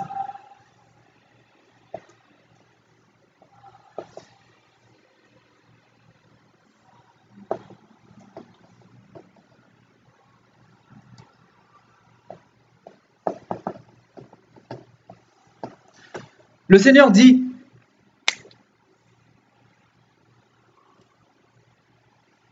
je leur ai donné ta parole, Père, et le monde les a haïs, parce qu'ils ne sont pas du monde, comme moi, je ne suis pas du monde. Donc le Seigneur dit qu'il n'est pas du monde. Nous non plus, nous ne sommes pas du monde, frères et sœurs. Donc ne laissez plus aucun homme vous mettre dans la servitude, dans l'esclavagisme de cet évangile complètement diabolique de prospérité, de cet évangile qui vous attache à la terre, qui vous lie au royaume des ténèbres, qui vous attache au bien matériel, qui vous attache à la dîme, qui vous attache à l'argent, qui vous attache à mammon, qui vous attache aux villas, qui vous attache à votre visa pour les États-Unis, à toutes ces choses mondaines, à toutes ces choses éphémères. Dis-toi que si tu as le salut, si tu marches dans la crainte de Dieu, si tu marches dans la sanctification, si tu as recherché le royaume des cieux premièrement, sache que le Seigneur t'a déjà tout donné. Tu demandes simplement au Seigneur par la foi, le Seigneur va te donner. Quand le Seigneur a dit tout ce que vous demanderez en mon nom, croyez l'avoir reçu, car je vous donnerai selon ma volonté. Si c'est ma volonté, si tu demandes au Seigneur quelque chose, qui est selon sa volonté, il te donnera. Il ne va pas te donner 1 milliard, car ces 1 milliard-là vont t'emmener en enfer. Car l'homme est cupide, l'homme est orgueilleux. L'homme aime ce qui est matériel, ce qui frappe aux yeux, les belles voitures et tout ça.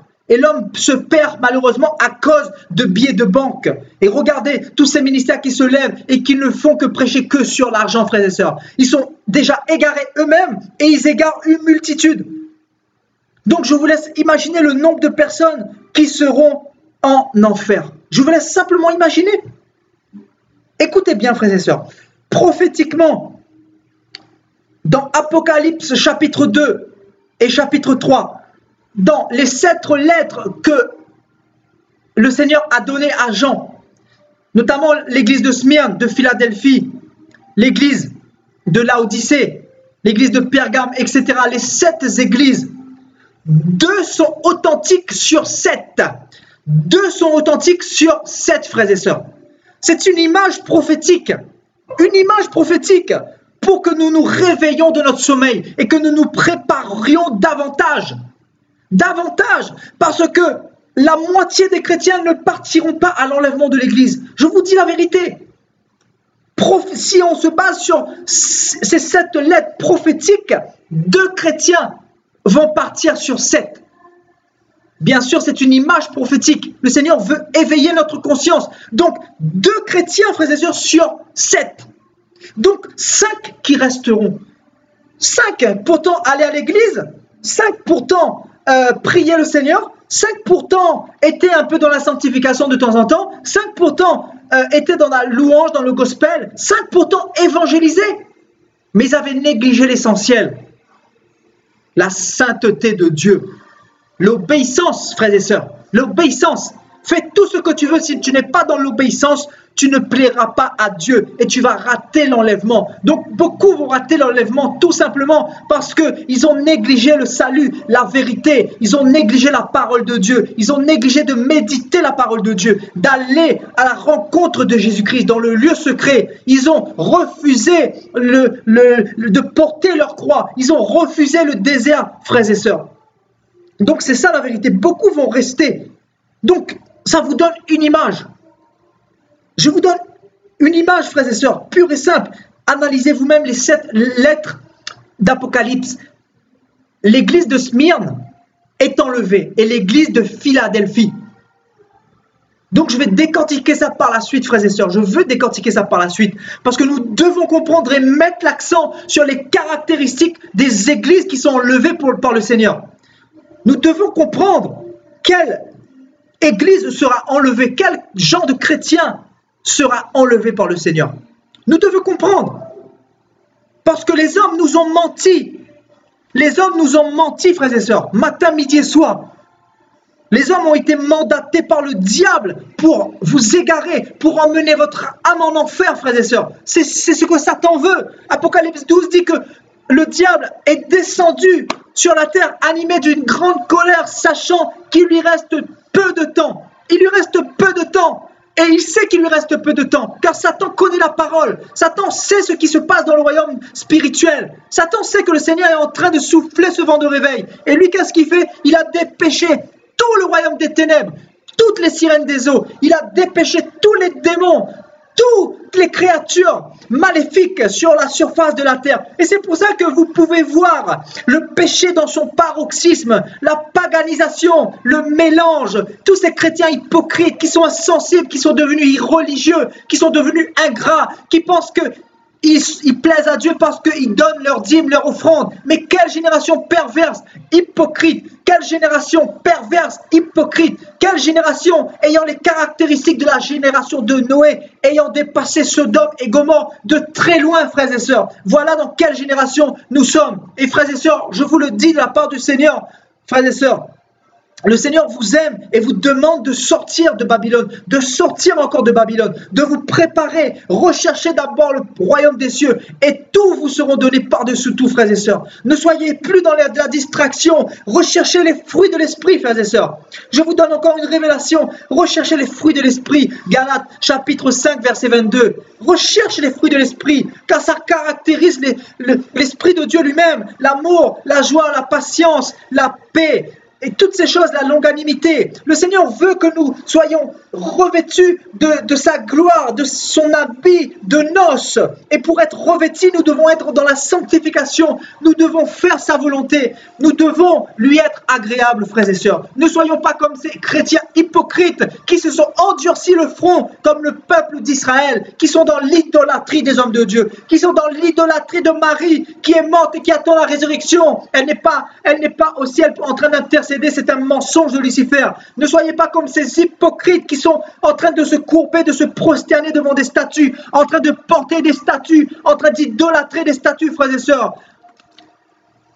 Une momie qui a des yeux qui ne voit pas, qui a des oreilles qui n'entendent pas, frères et sœurs. Nous sommes dans une génération de la fin où Babylone a assis son règne partout sur la terre. Le Seigneur veut t'ouvrir les yeux davantage pour que les écailles tombent de tes yeux, pour te dire qu'il est en train de revenir. Réveille-toi de ton sommeil spirituel, car il y aura des surprises, il y aura des surprises. Je sais que beaucoup de chrétiens vont entendre ce message, mais ils vont continuer de s'endurcir parce qu'ils vont entendre ce message aujourd'hui. Ça va leur faire quelque chose parce que le Saint-Esprit les convainc du péché. Mais ils vont retourner dans leur vomi, ils vont retourner dans Babylone, ils vont retourner dans la gloire des hommes, tout simplement parce qu'ils n'ont rien compris au Seigneur. Ils ne sont pas partis dans le désert, ils ne sont pas partis à la rencontre du Seigneur, sur la montagne, dans la prière, dans la méditation de la parole. Voilà cette génération qui passe plus de temps sur Facebook que dans la parole de Dieu. Cette génération qui passe plus de temps dans les réseaux sociaux, dans la distraction, que dans la parole de Dieu. Cette génération qui se lève en ayant des ministères de canapé, qui critique matin, midi et soir, et qui n'a pas les fruits de l'esprit, qui n'est pas caractérisé par la parole de Dieu, par la révélation de la parole de Dieu, qui n'est pas assis dans la sainte doctrine, qui n'est pas assis dans la vision de l'évangile primitif. Voilà l'hypocrisie de cette génération, frères et sœurs. Et le Seigneur reviendra juger Babylone. Babylone, c'est qui? On fera une exhortation prochainement, frères et sœurs, si vous le voulez bien. On fera une exhortation sur Babylone. Qui est Babylone? Nous allons décortiquer qui est Babylone. Le Saint-Esprit va nous parler, frères et sœurs. Le Saint-Esprit va nous ouvrir les yeux davantage, frères et sœurs. Car le temps est arrivé. Le temps est arrivé pour que l'Église se prépare davantage. L'Église se prépare pour les noces de l'agneau. L'Église se perfectionne davantage pour rentrer dans ce royaume. Car le Seigneur est en train de revenir. Bientôt, nous allons être enlevés, frères et sœurs. Je vous dis de la part du Seigneur. Le Saint-Esprit vous dit que bientôt, nous allons être enlevés dans les nuées à la rencontre du Seigneur avant cette grande tribulation. Et le Seigneur te dit qu'il reviendra avant la grande tribulation. Alors ne reste pas, parce que la colère de Dieu va s'abattre dans ce monde prochainement. La colère de Dieu va s'abattre sur les impies, sur tous les hypocrites, sur tous ceux qui ont joué avec le Seigneur depuis fort longtemps. Le Seigneur est patient et ne veut pas que tu périsses. Si tu entends ce message, c'est que le Seigneur t'aime. Le Seigneur dispose encore de la grâce pour toi. Alors ne passe pas à côté de ton salut. Arrête de blasphémer mon nom, te dit le Seigneur. Arrête de jouer avec mon nom, car je suis saint et je reviens prochainement reprendre une église sans tache ni ride et irrépréhensible. Je ne reviendrai pas prendre une église souillée, une église dans l'hypocrisie, une église qui ne me connaît pas, une église qui est dans l'impudicité, une église qui n'a pas eu la révélation de mon nom, une église qui s'est attachée plus à la gloire des hommes qu'à ma gloire, une église qui s'est attachée plus au bâtiment d'église que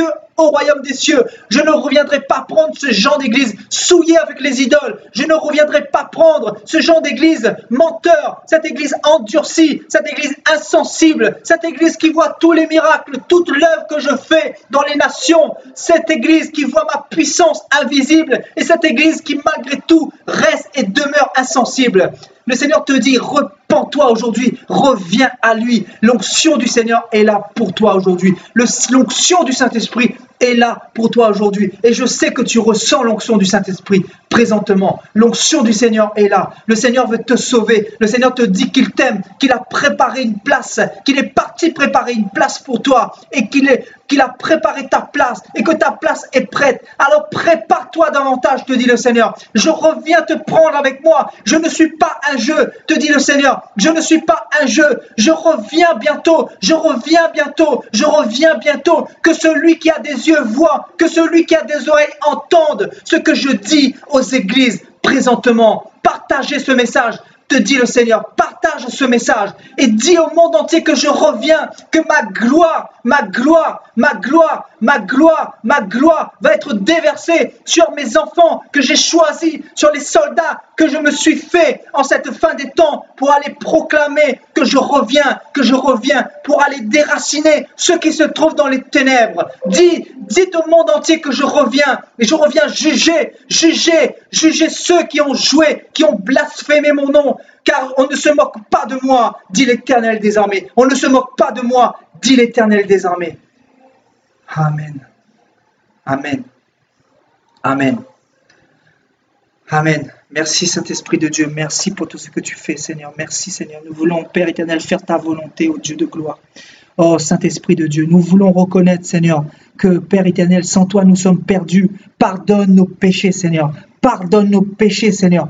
Pardonne nos péchés, Seigneur. Pardonne nos cœurs endurcis, nos cœurs insensibles, Seigneur. Nous ne sommes pas dignes, Seigneur, mais tu nous as fait grâce il y a 2000 ans, Seigneur. Il y a 2000 ans, tu nous as fait grâce, Papa. Alors nous voulons, Seigneur éternel, te demander pardon, Seigneur. Pardonne-nous, Seigneur, pour tout ce que nous avons fait contre toi. Pardonne-nous pour nos convoitises. Pardonne-nous, Seigneur, pour notre orgueil, notre résistance, pour notre hypocrisie, Seigneur. Pardonne-nous, Seigneur, pour tout ce que nous avons fait qui n'était pas pour ta gloire, Seigneur. Nous voulons, Seigneur éternel, vivre dans ce temps dernier, dans ce vent de réveil que tu suscites, Seigneur. Nous voulons faire partie de cette élite de soldats que tu t'es fait, Seigneur, parce que les religieux t'ont rejeté, Seigneur. Ceux qui sont dans les bâtiments d'église, ceux qui ne sont pas dans ta vision, t'ont littéralement rejeté, Seigneur. Ils se sont plus attachés aux hommes qu'à toi, Seigneur. Père éternel, donne-nous la force, donne à ton église l'onction, Seigneur, afin de tenir ferme, Seigneur, contre toute séduction qui va être accrue dans ce monde, Seigneur, et qui est en train de partir de grandeur en grandeur, Seigneur. Nous voulons, Seigneur éternel, nous humilier devant toi, Seigneur, et reconnaître, Seigneur, que nous ne sommes que des pécheurs. Sans toi, nous ne sommes rien, Seigneur. Alors, merci pour ton exhortation, merci pour ton message pour les églises ce soir, Seigneur. Nous voulons, Père éternel, nous remettre à toi, Seigneur. Nous voulons reconnaître que sans toi, nous sommes perdus, Seigneur. Nous sommes perdus, Seigneur. Viens briser notre orgueil. Viens briser, Seigneur, notre résistance. Viens, Seigneur éternel, nous donner l'humilité, Seigneur, afin que nous puissions reconnaître tous les jours que nous avons tant besoin de toi, que nous nous éloignons de toi tous les jours, Seigneur, par les choses de ce monde, par les séductions de ce monde, Seigneur. Oh Père éternel, nous sommes à la fin, donne-nous l'onction pour pouvoir tenir, Seigneur, en raison de la tentation qui est en train de sévir dans les nations, Seigneur. Nous te donnons toute la gloire, Dieu d'Abraham, Dieu d'Isaac, Dieu d'Israël. Au nom de Jésus-Christ, merci Seigneur, merci Saint-Esprit. Merci Saint-Esprit de Dieu pour tout ce que tu as fait, Seigneur. Merci Saint-Esprit de Dieu. Père éternel, déverse ton onction, déverse ta grâce sur ton Église, Père, au nom de Jésus-Christ. Déverse ton onction, ta grâce, Seigneur éternel, sur ton Église. Déverse ton onction et ta grâce sur ton Église. Donne la révélation à ton peuple, Seigneur. Ouvre les yeux de ton peuple, que les écailles tombent au nom de Jésus-Christ de Nazareth. À partir de maintenant, le Seigneur te dit qu'il a ouvert tes yeux, Tu verras des choses à partir de ce soir. Écoute bien ce message, cette prophétie.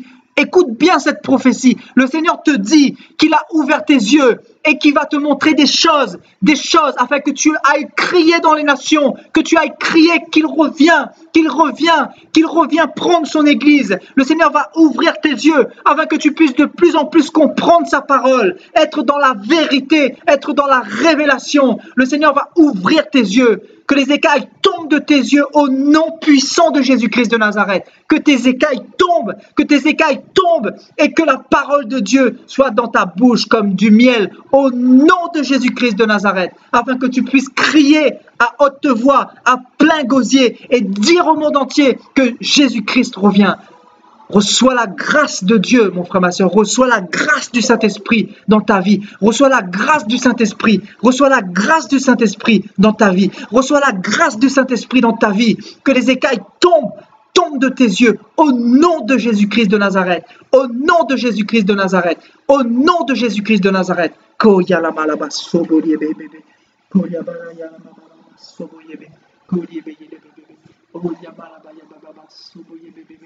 Kolyebeyelebe solo kolyala mayala baba baba.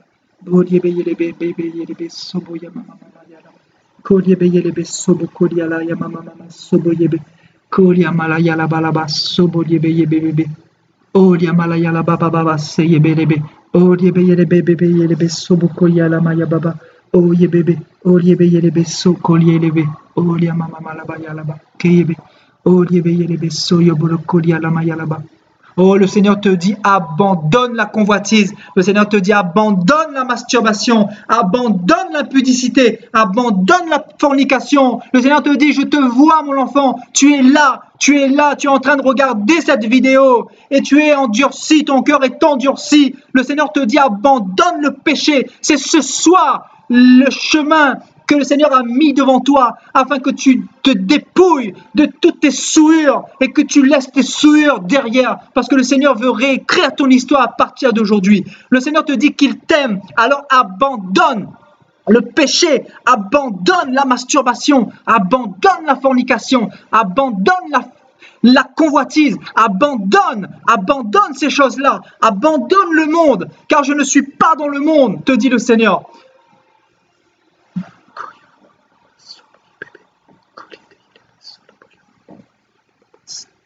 Oh Saint-Esprit de Dieu, merci Seigneur, merci Saint-Esprit de Dieu pour tout ce que tu fais Seigneur pour ton peuple. Que ton nom soit béni, que ton nom soit élevé. Merci pour ta présence, Père. Merci pour ta présence ce soir, Seigneur. Merci pour ta présence, Père.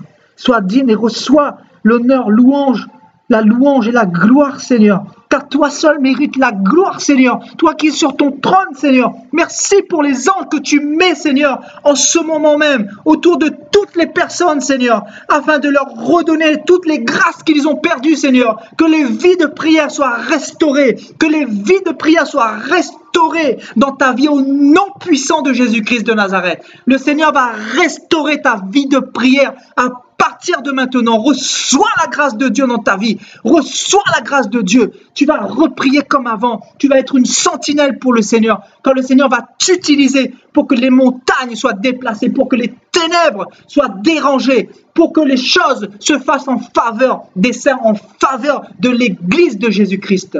Au nom de Jésus-Christ, reçois ta grâce. Au nom de Jésus-Christ de Nazareth.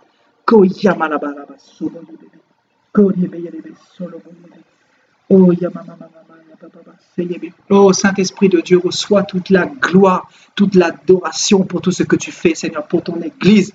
Merci Saint-Esprit de Dieu. Merci Saint-Esprit de Dieu. Merci Saint-Esprit de Dieu pour ton Esprit qui agit au milieu de nous, Seigneur. Car sans ton Saint-Esprit, nous ne sommes rien, nous ne pouvons rien faire, Seigneur. Car tu as dit dans ta parole, sans toi, nous ne sommes rien, nous ne pouvons rien faire, Seigneur. Merci Saint-Esprit de Dieu. Merci Saint-Esprit de Dieu. Sois glorifié pour tout ce que tu fais, pour tout ce que tu es, Seigneur. Pour ton amour incommensurable. Merci, Seigneur. Reçois la gloire, l'adoration, Père, au nom de Jésus-Christ de Nazareth. Au nom de Jésus-Christ de Nazareth. Reçois toute la gloire, Seigneur. Reçois toute la gloire, Seigneur. Au nom de Jésus-Christ. Au nom de Jésus-Christ de Nazareth. Au nom de Jésus-Christ de Nazareth. Amen. Amen. Amen. Amen, frères et sœurs. Nous allons faire un chant pour le Seigneur pour glorifier son nom, frères et sœurs.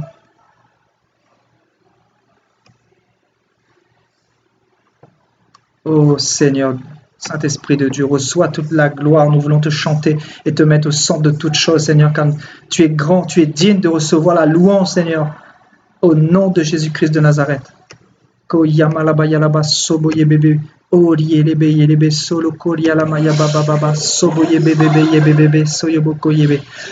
Péché de te voir, tu m'as transmis ta vision, pour je suis sans condition.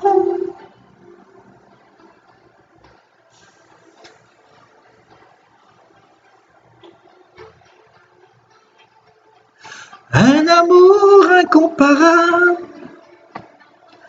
une joie inexprimable, tu es tout pour moi, oh Jésus, mon roi.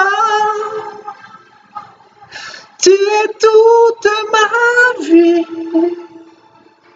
et le jardin secret, là où j'aime ta présence. L'amour incomparable.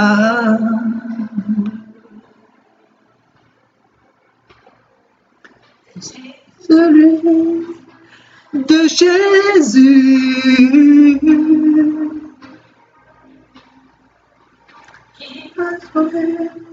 sur une croix à Golgotha, il s'est dépouillé pour pardonner mon péché. l'amour insondable.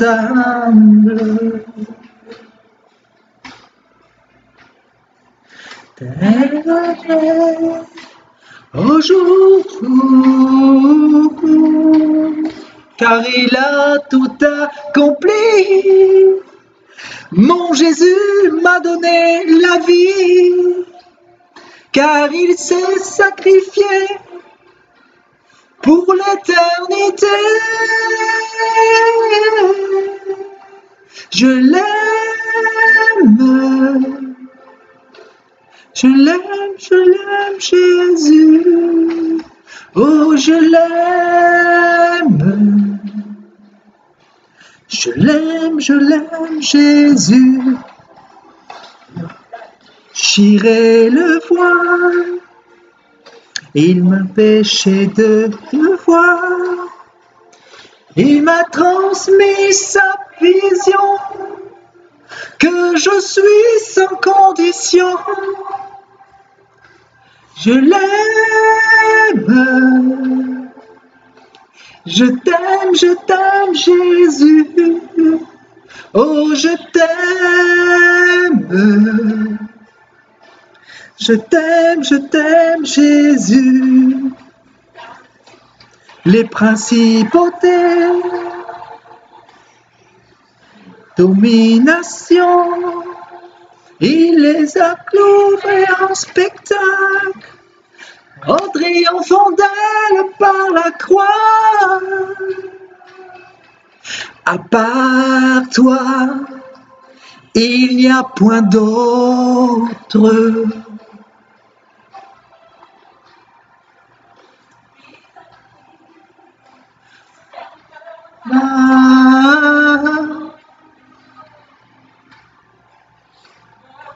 Oui, c'est pas lui.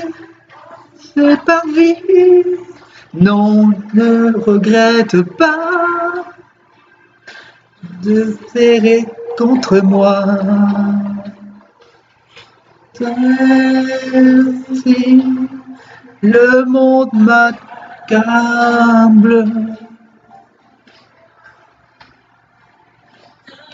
erreur passée.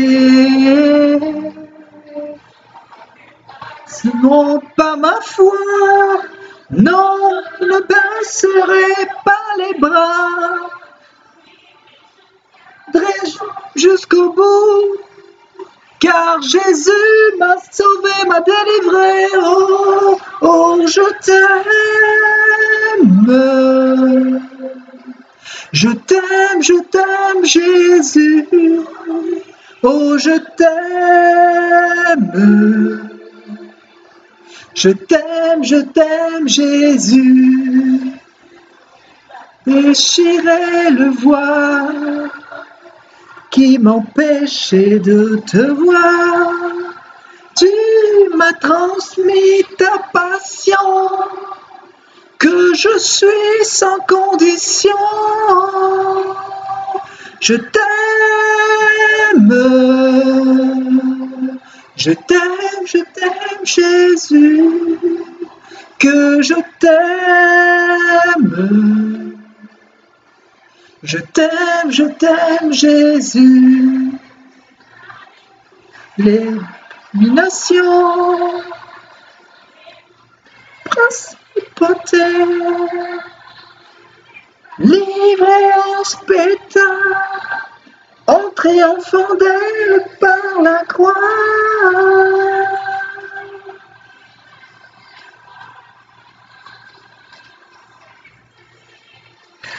Alléluia, Alléluia, Alléluia. Tu m'as donné la vie, tu m'as donné la vie, tu m'as donné la vie. À Golgotha, à Golgotha. T'accomplis maintenant. Je te le dis, je t'aime.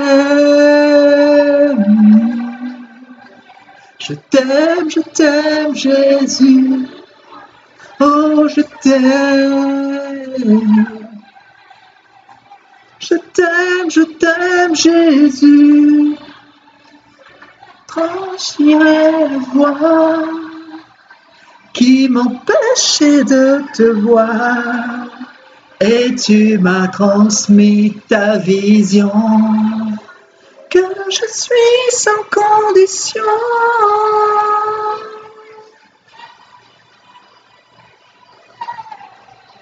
Je t'aime, Jésus. Je t'aime.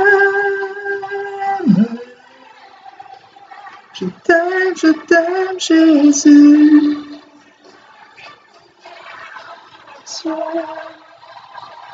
Et toutes les principautés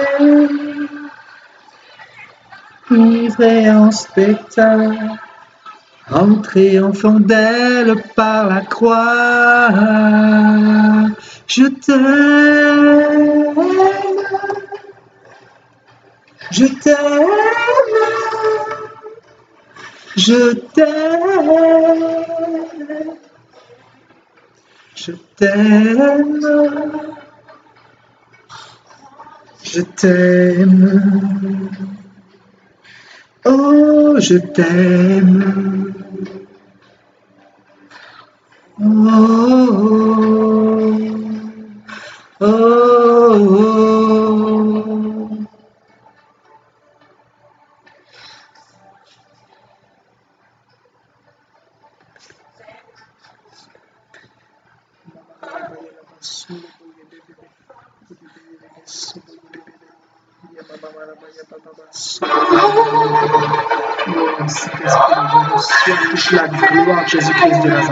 Reçois toute la gloire, Jésus-Christ de Nazareth, pour tout ce que tu fais, pour tout ce que tu es, Seigneur.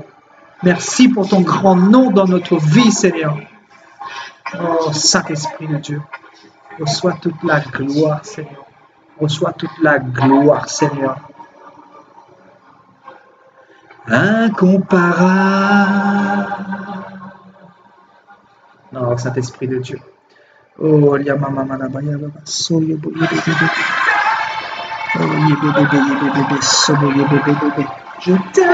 t'aime, Jésus.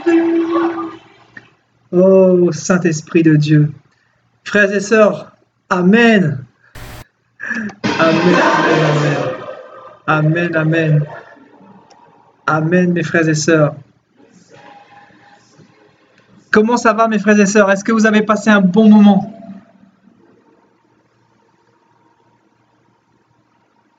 Est-ce que vous avez passé un bon moment, mes frères et sœurs?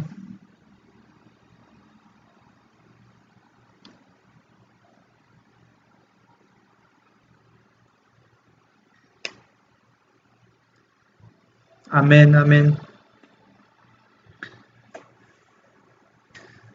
Frères et sœurs, je vous bénis dans le nom de Jésus-Christ. Je vous remercie pour votre fidélité.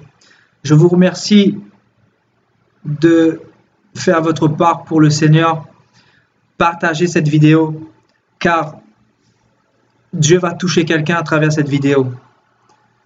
Dieu va se révéler à une personne qui est dans les ténèbres, qui est dans l'évangile de prospérité, qui est dans les églises paganisées. Je compte sur chacun d'entre vous, je dis bien chacun d'entre vous, si vous avez un peu d'estime pour le Seigneur, partagez cette vidéo. Si vous estimez que cette vidéo va changer la vie de quelqu'un, que cette vidéo va parler à quelqu'un, que l'Esprit du Seigneur va parler à quelqu'un, partagez cette vidéo. Si vous avez de l'amour pour les âmes au dehors, qui sont dans l'ignorance, frères et sœurs, je vous demande de faire votre part, frères et sœurs. L'onction du Seigneur est là ce soir, frères et sœurs. Je pense que vous l'avez senti. La présence de Dieu était avec nous ce soir, frères et sœurs. La présence de Dieu, frères et sœurs. Amen. Je t'exhorte à revoir cette prédication, mon frère Évangile, Croix, Victoire. Vois toi-même cette exhortation. Dieu s'est manifestement, puissamment glorifié. Il y a eu une belle onction, une onction forte ce soir. Donc, je t'exhorte à revoir la vidéo. Ma sœur Fernande, que Dieu te bénisse, que le Seigneur te bénisse. Le Seigneur t'aime énormément. Le Seigneur t'aime. David Debar, que Dieu te bénisse. Merci pour ta présence et ta fidélité. Amen, ma sœur Angèle. Tu avais besoin de ça, moi aussi j'avais besoin de ça. Car quand je suis dans la présence de Dieu, je suis complètement épanoui. Amen. Amen, amen, amen. Nous sommes bénis. Gloire à Dieu, gloire à Jésus-Christ. Ça nous donne encore l'envie d'aller, de se battre, frères et sœurs, pour le royaume des cieux. Amen. Amen, amen, amen. Amen, ma sœur Angèle. Nous sommes là pour ça, pour nous exhorter les uns les autres. Et il y aura beaucoup de prédications qui vont venir encore, frères et sœurs, dans le cours de la semaine et les autres semaines également. Nous allons parler sur des sujets profonds, comme ce genre de sujet, le royaume des cieux. Donc, je vous donne quelques aperçus de ce qui va arriver. Nous allons parler sur la grande tribulation, sur Babylone, sur l'esprit religieux dans le monde. Nous allons parler sur l'esprit de l'Antéchrist, sur le nouvel ordre mondial. On va encore parler de beaucoup de choses. Il y a tellement de choses à dire, frères et sœurs. Donc, soyez connectés.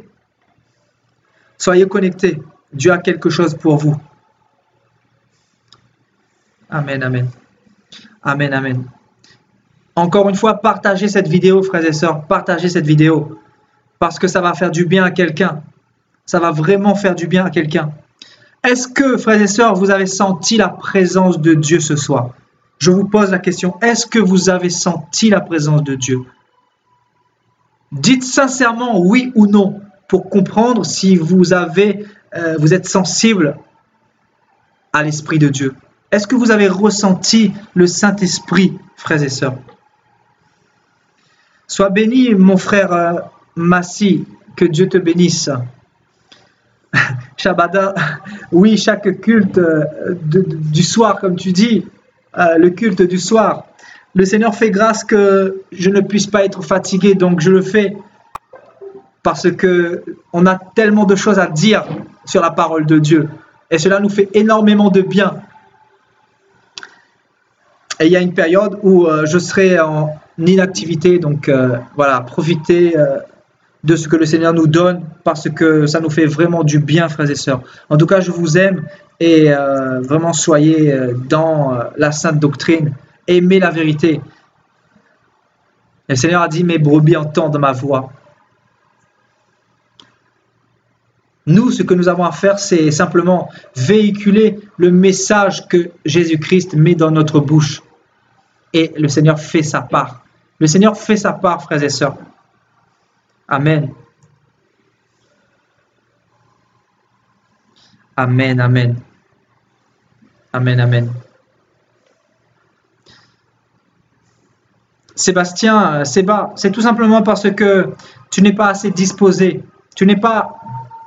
Voilà, je ne rentrerai pas dans les détails, mais tu n'es pas assez sensible et disposé pour cette présence-là. Il faut être beaucoup plus disposé et concentré quand on donne des prédications. Il faut être vraiment dans l'esprit pour vraiment ressentir la présence de Dieu.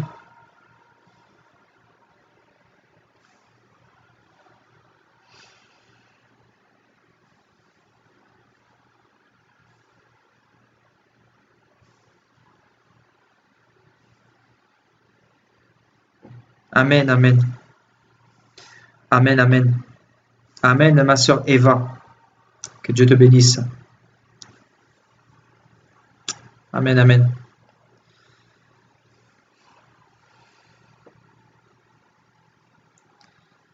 Amen, amen. Frères et sœurs, si vous avez une question, c'est le moment ou jamais. Si vous avez une question par rapport au thème que nous avons donné ce soir, c'est l'occasion ou jamais. Donc, le royaume des cieux, je vais vous laisser dans 5 minutes. Donc, profitez-en. Amen, ma sœur Eva. C'est important que vous priez avec moi parce que c'est là que Dieu se manifeste encore plus puissamment. Donc ceux qui sont véritablement des chrétiens, il y a des personnes qui sont véritablement chrétiens et il y en a qui ne le sont pas ici. Il y en a qui sont hypocrites avec Dieu et qui ne prient pas, ils regardent, ils ne font que regarder. Donc pour ceux-là, ils ne peuvent pas comprendre les choses de Dieu. Mais pour ceux qui sont connectés à la parole de Dieu, ils prient en même temps que moi, parce que je ne suis pas celui qui domine sur vous. Voilà, on prie tous ensemble. On prophétise tous ensemble, on prie en langue tous ensemble, on ouvre nos Bibles tous ensemble. Donc prenez vos habitudes pour la prochaine fois, pour ceux qui n'ont pas cette habitude-là. Parce que moi, je ne donne pas des exhortations pour des personnes qui n'ont pas envie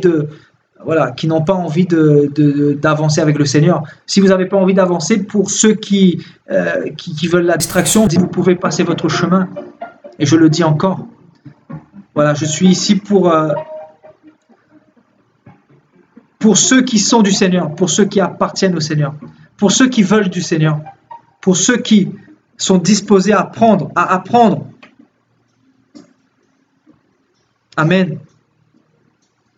Amen. Demeure béni, mon frère Geoffrey, Joël, que Dieu te bénisse. À très bientôt. À très bientôt. Amen, amen. Amen, amen. Amen, ma sœur Magali, que Dieu te bénisse. Le Seigneur a restauré des personnes ce soir, je le crois. Amen, amen. Amen, ma sœur Nadia Esther. Que le Seigneur te bénisse et que sa grâce soit sur ta vie, sur ta famille, au nom de Jésus-Christ. Amen, amen. Amen, amen. Amen, amen. Frères et sœurs, je vais vous laisser, gardez-moi en prière. Je vous aime. Je vous donne rendez-vous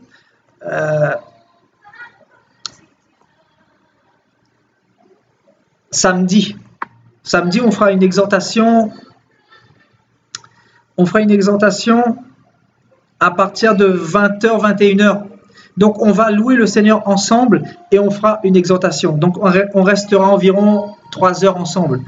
Donc, je pense que Dieu va beaucoup nous bénir. Donc, je vous donne rendez-vous samedi, frères et sœurs. Et éventuellement, si Dieu me met à cœur de faire une exhortation, je le ferai. Mais pour ma part, je vous donne rendez-vous samedi à partir de 21h, 21h30 environ.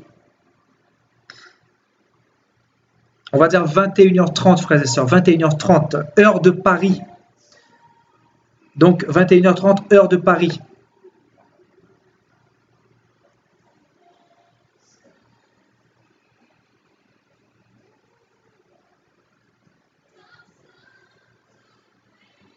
Amen, amen, amen. Amen, amen. Que Dieu vous bénisse. Gardez-moi en prière. Priez pour moi. Et concernant le projet que Dieu m'avait mis à cœur, concernant la page concernant les prières, concernant les intercessions, je vais mettre ça en place plutôt demain, vu que je suis en repos. Voilà, je vais mettre ça en place et je reviendrai vous voir, frères et sœurs, pour vous parler de cette page et vous dire ce que j'attends de vous, frères et sœurs.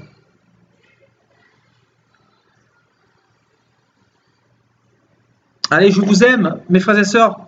Que Dieu vous bénisse. À la prochaine. Ciao, ciao.